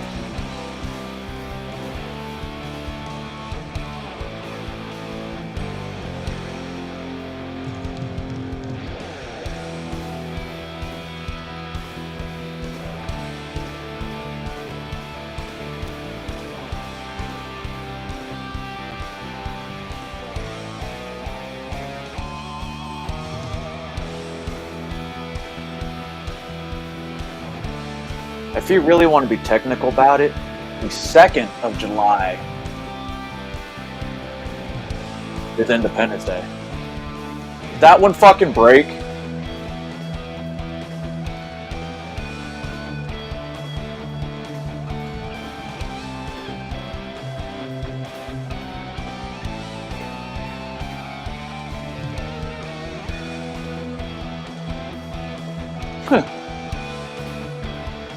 Sucks to be that guy.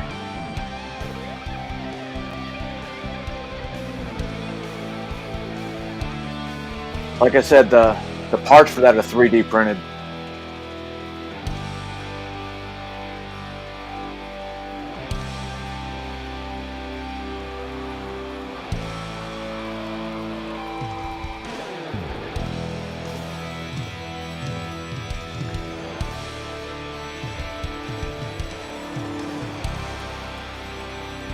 Shit, here you can start lighting off fireworks from the 1st of July up The until fighting the vehicle 6th. has proved itself to be lethal and survivable in multiple theaters since it first fielded back in the 1980s. Designed as a troop transport, tank killer, and to match speed with an Abrams tank, the Bradley is a fierce fighting machine.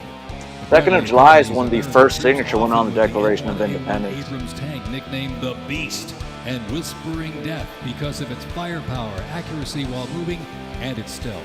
Together, they offer mobility and firepower, a fearsome combination. Oh, but I definitely light up the sky on the 4th of July for at least 3 hours. I spend a lot of money on fireworks.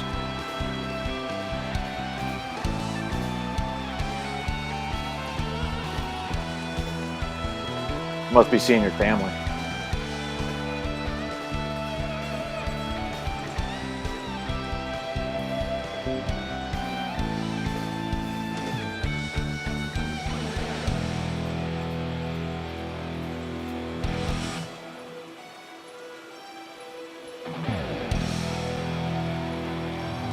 Yo, those goggles can get pretty fucking heavy.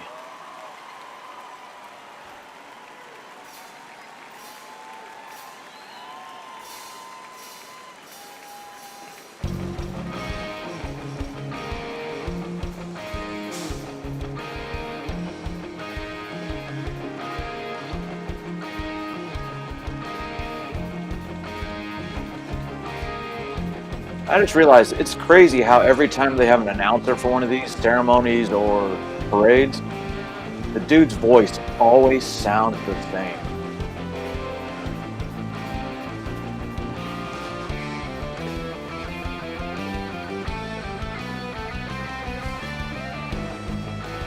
Carney's not much better there, Corey.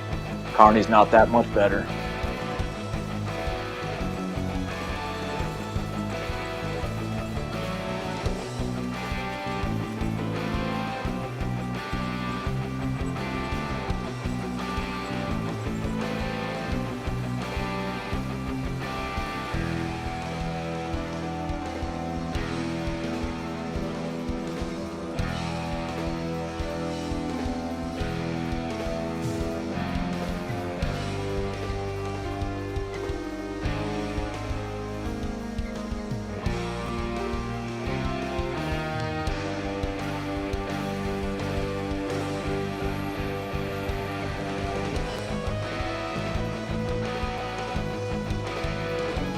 Carney.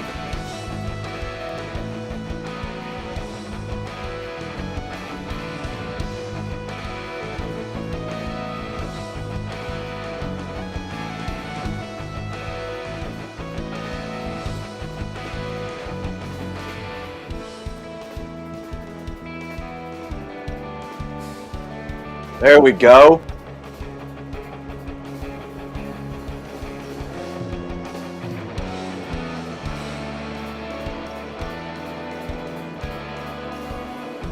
Those are the Apaches. Oh. There we go. And high in the sky, the AH-64 Apache. It's the premier attack helicopter in the world. The Apache entered service in the mid-1980s and continues to evolve and modify to meet worldwide threats. It can deliver intense fire on the battlefield with an array of aerial rockets, guided Hellfire missiles, along with 30mm cannon fire. If you ever hear anybody say, expect no mercy that's been in the Army, they were in my unit, my very last unit, and they're Apache unit. With more than 1,280 aircraft in operation accumulating over 5 million flight hours, 1.3 million of which have been in combat, the AH-64 Apache represents That's the UH-60 right there. of the U.S. Army's That's what attack crashed into the helicopter airplane in and a D.C. growing number of international defense forces.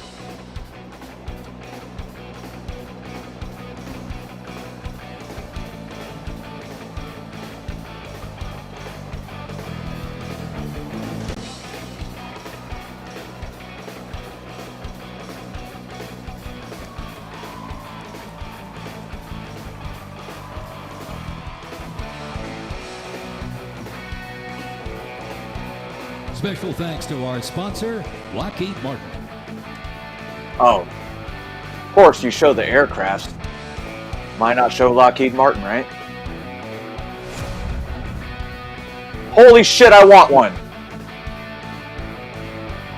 Now, let's roll on to the future of Army readiness. Oh, these are after my... Motherfucker! I want one. The Army Research Laboratory robot dogs reflect the latest in Army innovation. Look at this.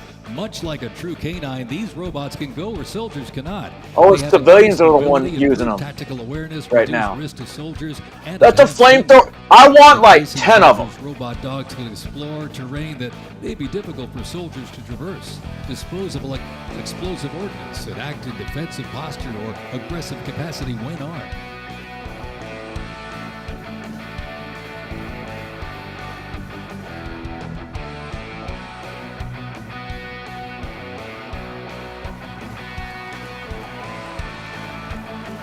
Exactly, Roots. Imagine having 10 of those around my house. Nobody would fucking fuck with it.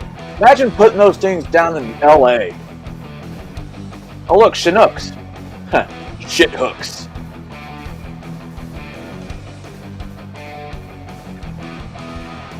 The Ghost Robot Dog is another innovation that can adapt seamlessly for various missions from recon to bomb recognition. These dogs reduce risk and support soldiers completely in high-stakes missions. They have a standard walk speed of 2 miles per hour and are working towards 6.7 miles per hour sprint.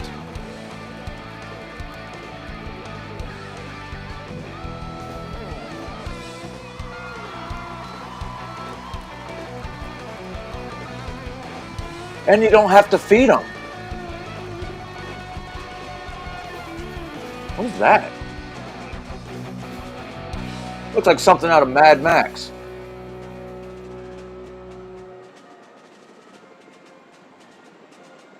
What's up, buddy? Hey, dude.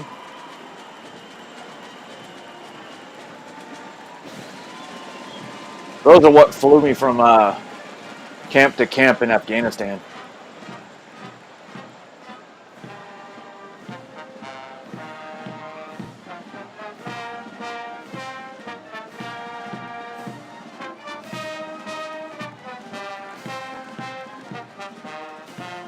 You know, those are one of the fastest helicopters As in the the oldest Army. continuously serving Army band and the Stockpile. oldest unit at West Point, this is the United States Military Academy Band, ladies and gentlemen.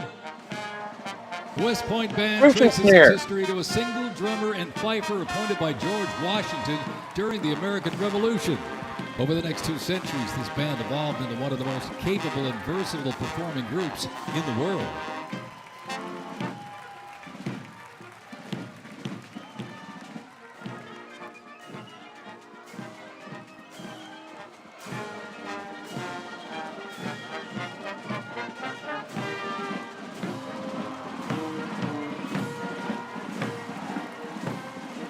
Fuck West Point.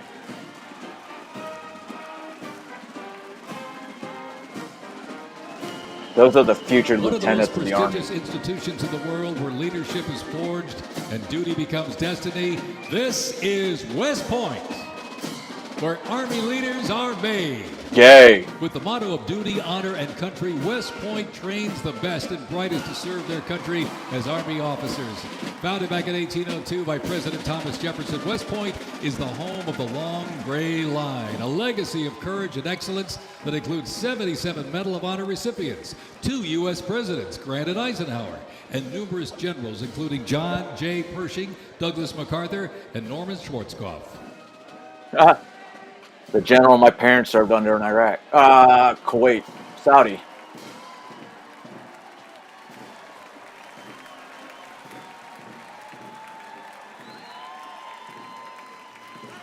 Upon entering the United States Army, all recruits undergo initial entry training. Oh, there's some basic A highly training, intense and bitches. Challenging training period aimed at developing a soldier's physical and mental toughness, instill discipline, train them in essential combat skills, and foster teamwork. IET transforms civilians into soldiers based on the 7 core Army values. There's the drill sergeants in the back. Duty, respect, selfless service, honor, integrity, and personal courage.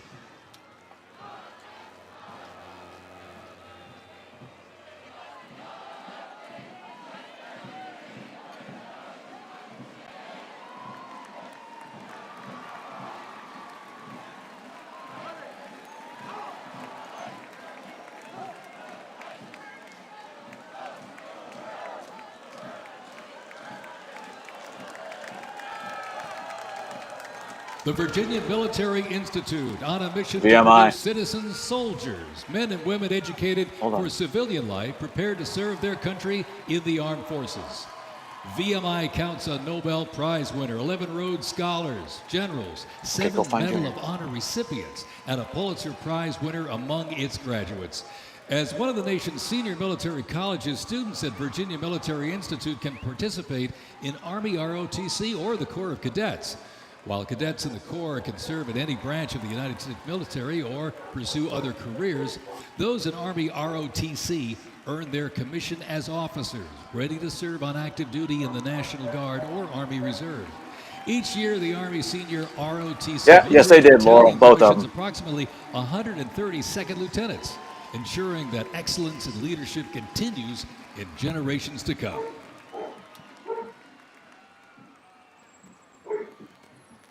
The Citadel, the Military College of South Carolina, offers students the opportunity to participate in Army ROTC or the Historic Corps of Cadets. Founded in 1842, the Citadel is the third oldest of the senior military colleges and is known for its Corps of Cadets living and studying under a classical military system that makes I think I've only leadership ran and into character 3 guys that development graduated from the essential. While Citadel. military service is not required in graduation, more than 120 students earn their commission each year through the Army Senior ROTC Palmetto Battalion, playing a vital role in shaping the future.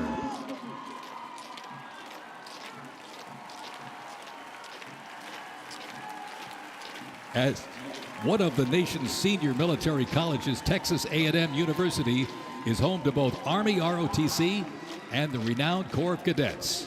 The Corps of Cadets' central purposes has remained building individuals that exemplify respect, excellence, leadership, loyalty, integrity, and selfless service. Students at the university who participate in the Army ROTC earn Surprised they didn't have LSU. LSU. As officers, LSU used to ready actually be a serve military on active duty college. in the National Guard or Army Reserve. Each year, the Army Senior ROTC Warrior Training Battalion at Texas A&M proudly commissions more than 90 second lieutenants. What's up? And is honored to shape the future leaders of the U.S. Army.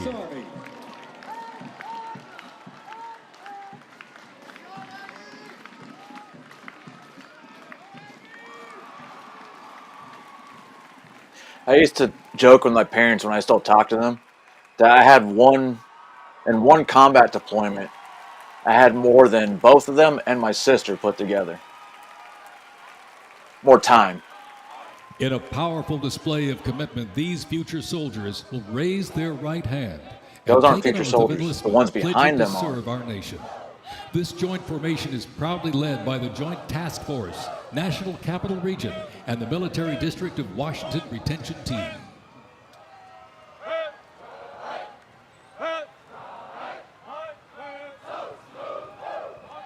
There they are. Shaping tomorrow's Army, West Point's most inspiring cadets remind us that America's future is You know, courageous the ones in the back, and in capable hands. I guarantee you, for their oath of enlistment, it was Donald Trump. The pride to serve my country knows that I'm doing it not for myself. Every day I put on the uniform, I'm not just representing Caroline Robinson. I'm representing my company here at the Academy. I'm representing West Point. I'm representing the United States Army, and ultimately, I'm representing the United States of America. I really came to West Point because belief in the American dream and giving back to our country. You're a part of something that is much bigger than yourself. You're a part of a tradition of excellence and a legacy that's connected not only to the Academy, but to the American Army. I'm surrounded by people who want to make themselves better and serve our country. Excellence is their baseline, and that to me is what it means to be a West Point cadet. From the earliest days of our nation, this supreme tradition of American military service has been passed down from soldier to soldier and generation to generation, and it's a beautiful thing to watch. My brother preceded me here, and originally I didn't really know what West Point was until he came. But when I saw the mission that they were committed to, of upholding the principles of American democracy and protecting the Constitution, I knew it was somewhere I had to be. Every time that we lived outside of the United States, I always developed this sense of gratitude and pride of being an American, and I wanted to give back to my country what it gave to me. And it wasn't until I zipped up the blouse and I put the belt on for the first time that I realized that I was going to be serving my country, and it felt right. West Point was the place that I needed to be, and more importantly, the Army was where I wanted to be. I just looked to the left and right over basic training and realized that we all had the same American patch on our shoulders, that we're all fighting for the same thing. I mean, there was no better feeling in the world knowing that every single person around you is committed and willing to die for that mission. You came for excellence, you came for duty, you came to serve your country, and you came to show yourselves that you are among the smartest, toughest, strongest, most lethal warriors ever to walk on this planet. What excites me the most about my future in the Army is the opportunity that I'm going to have to give back to the American soldiers that I'm going to be leading. Because ultimately, they don't get to choose. And to me, it's that burden of responsibility to be the best leader. And as a young officer, that's going to be exactly what I get to do. I was the cadet basic training first detail for the first 3 weeks. And I got to see the new cadets come in from their families' homes and being in process on their very first day and watching them grow so quickly. I would do all the formations, and I looked out at these 1,000 new cadets, people who just come out of high school. They were completely different people. I don't think there's another institution in the country like West Point where the student body is so committed to furthering the mission of America and ensuring our democracy. Ever been to Fort Benning School for Boys? I'm really surrounded by the best of the best, and that's when I realized this is a place that I absolutely want to be. West Point itself is an amazing institution, but it only provides opportunities. The people here have to choose to take those opportunities and grow and lead and serve. And the people here want to do that. And I'm proud to be a part of that. And I would tell any high schooler who is considering it, you won't regret it. Well, West Point, you kind of have to get accepted to with recommendations from senators.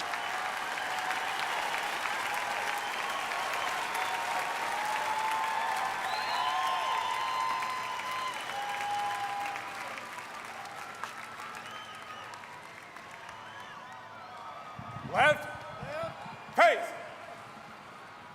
Uh-oh. Oh, shit. Mr. President, First Sergeant Norton reporting for duty, sir.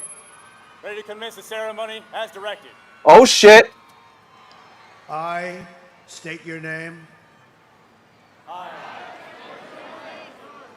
Do solemnly swear Support and defend that I will support and defend the Constitution of the United States the Constitution of the United States against of all America, enemies, foreign and domestic,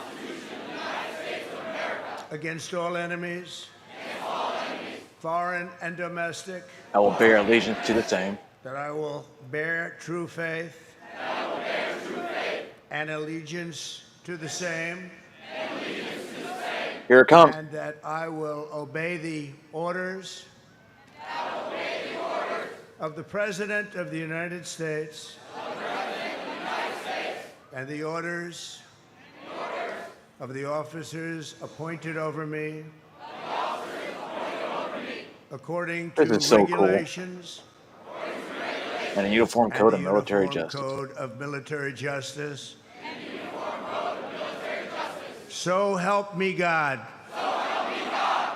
Congratulations. Congratulations. Dude, that's a lot of re-enlistments and to a the lot of United brand new States Army, enlistments. and have a great life. Thank you very much. Have a great That life. is fucking cool. Thank you.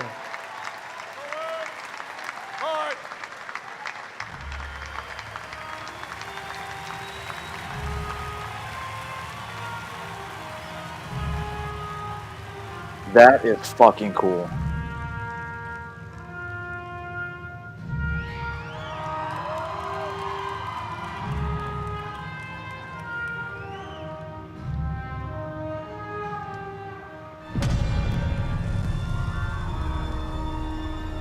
Ranger School is the best life insurance policy for Damn right it is. It will always end with two people facing off with the Malvesti. And we need young leaders to be able to close with and destroy the enemy and defend our nation's interests forward.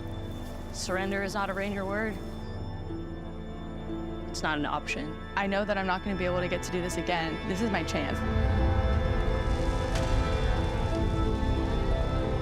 It all starts at the legendary Ranger School. Rogers, the crucible Camp where Rogers. These elite warriors are forged. It has been described as the longest approved gut check in the Army.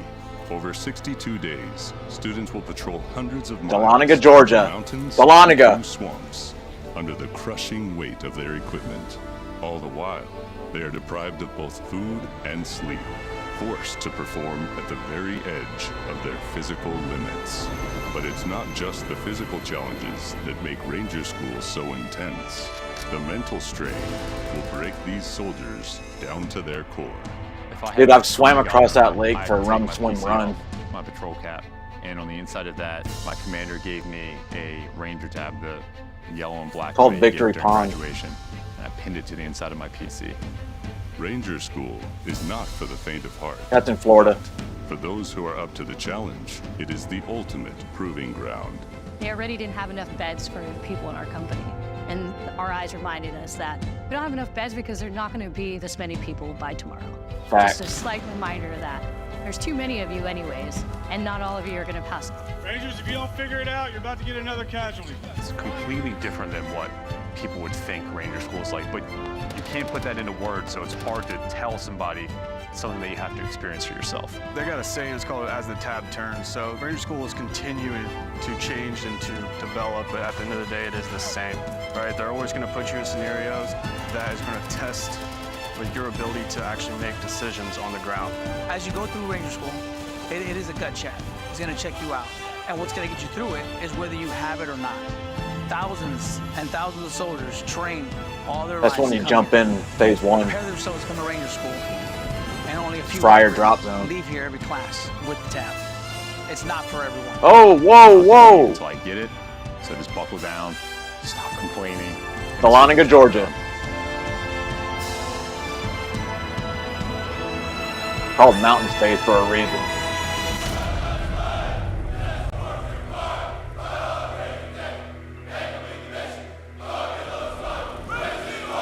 Oh shit! Wait. Please welcome country music sensation and proud supporter of our troops, Lee Greenwood. Warren Ziders. Oh.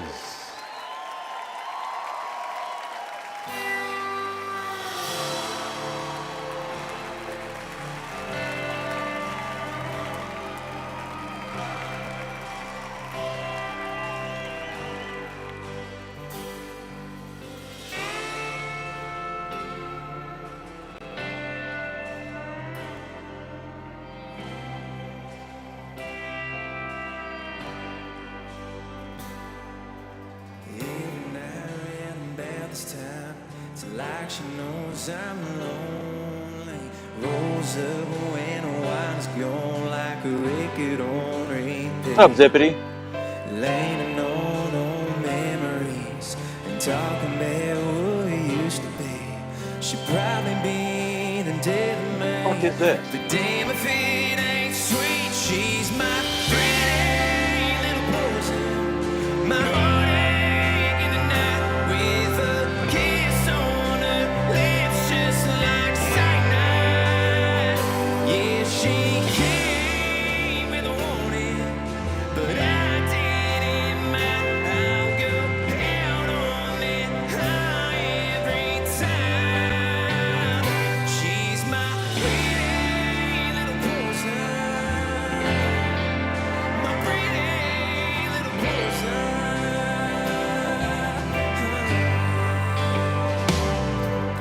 Shadows dancing down the hall, whispers that she wants me. Try my best not to fall where she falls into me. We all need some kind of fix. For me, she's the one I pick. Nothing else will do the trick. She's all I need. She's my pretty little poison. My heartache in the night with a kiss on her lips just like cyanide. Yeah, she came with a warning, but I didn't mind. I'll go out on that high every time. She's my pretty little poison. My pretty little poison.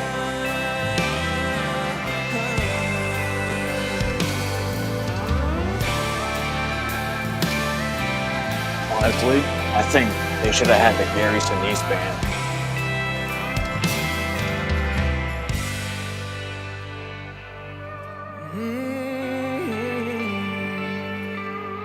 And I can say I've actually met and shook hands with Gary Sinise. You know, Lieutenant Dan. It's alcohol. I don't want none at all. I just want you. No, I just want you. My pretty little poison. My heartache in the night with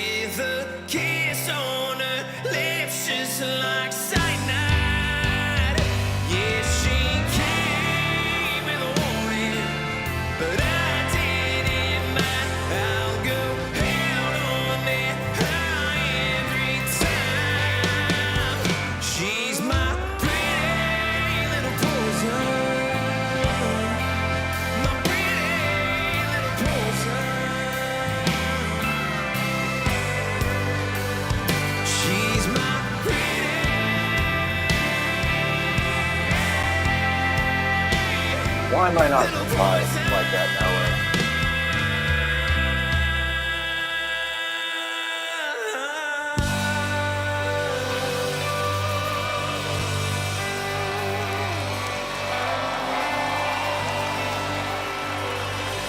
Thank you.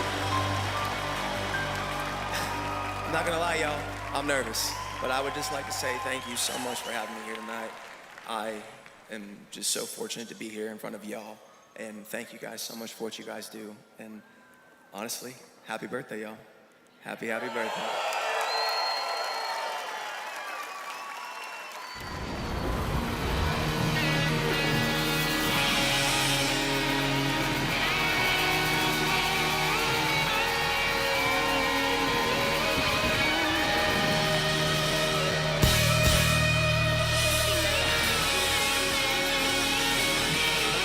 This next song was loved by y'all. So if you know the words, please sing along. The song's called Ride the Lightning, y'all. AC/DC song?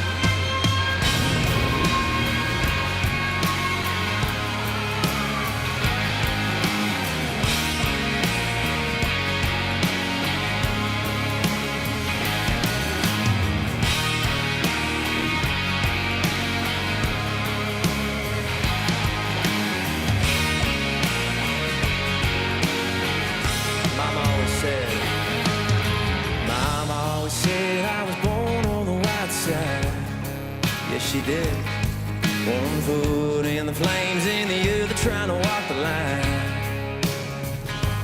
Oh, I'm not seeing too much smoke in LA right now. I can see the warning signs. Mama always said I was born on the wild side. I guess Mama was right. 'Cause when the clock strikes midnight, gonna ride the lightning, feel the thunder till the darkness pulls me under. Gonna fly on wings of fire, breathing good, Lord lifts me high. Singing. Although the LA Sheriff does have gas masks on right now. Oh, they're about to start. Nope.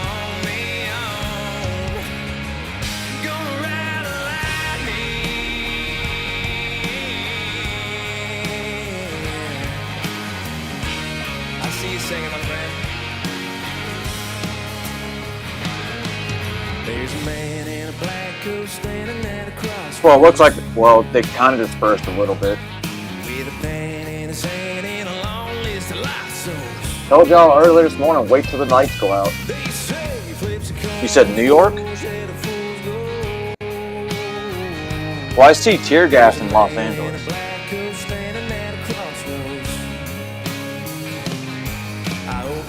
Me pass by when I close my eyes. Gonna ride the lightning, feel the thunder till the darkness pulls me under. Gonna fly on wings of fire, breathing good, Lord lifts me high. Singing, oh, when they call me home. Singing, oh, when they call me. Did you guys see Sergeant Queer?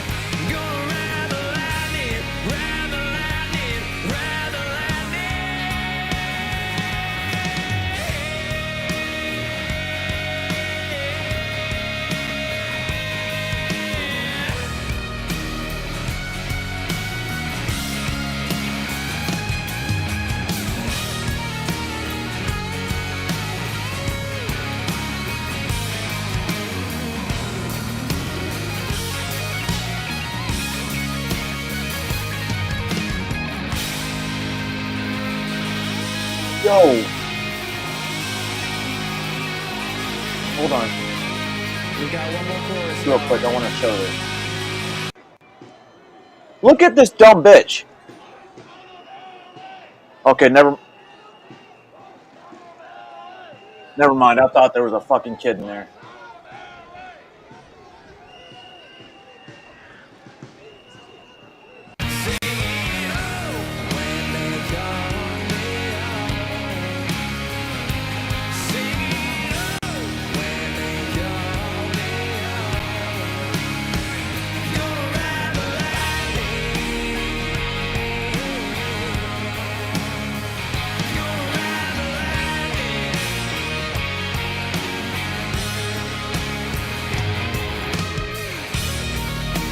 Ladies and gentlemen, everybody here, everybody that's attended tonight, I just want to say thank you so much.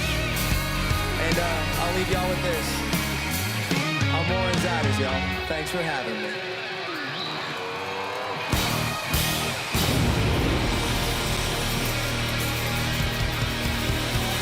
It has been my honor, ladies and gentlemen. I really mean that. Thank you so much. Happy birthday to the Army. Happy birthday to our President, Donald Trump. Amen, y'all. God bless America, baby!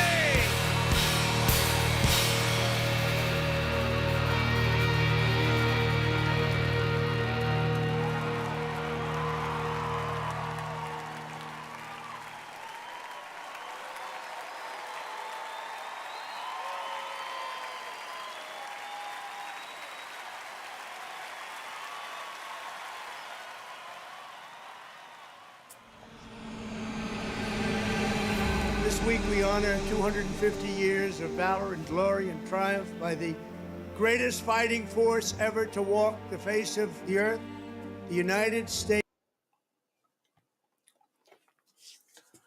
Oh man, that was like freedom boner ish.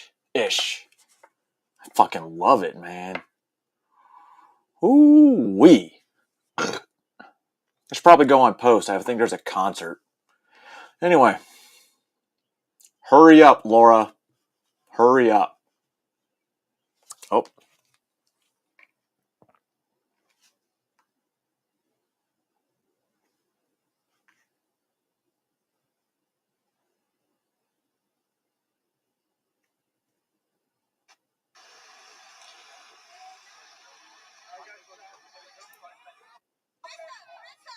You dumb cunts.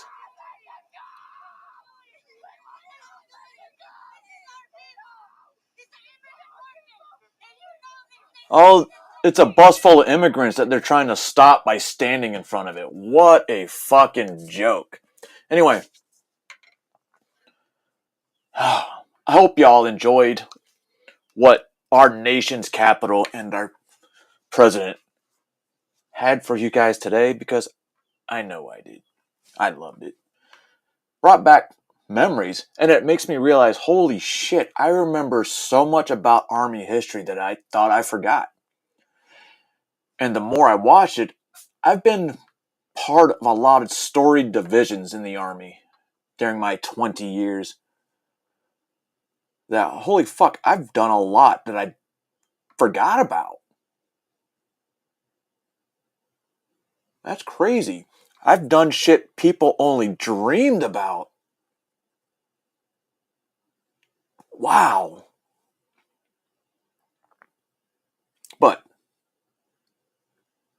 I would like to say happy 250th birthday to the United States Army. To many, many, many more. Oh, man. Yeah. Well, thank you for coming. Thank you for supporting, me in my moment of nostalgia. I feel good. I want to go light off some fireworks. If I had some. I think I have Roman candles left downstairs in my garage. Anyway, ladies and gentlemen, boys and girls, children of all ages, I'm not telling you how to think, but actually in this instant, I kind of was, and I will. God bless America, and wait, what's this?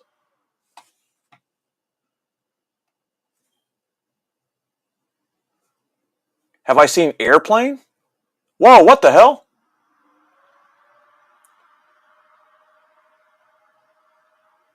I have to rewatch this, because I know I've seen Airplane numerous times. Is this part 1 or part 2? Part 1. Part 2 is the one with Stryker, right? Stryker. Anyway. I need to take a cold shower. I'm just kidding. I'm going to hang out with my kids now and eat dinner. And,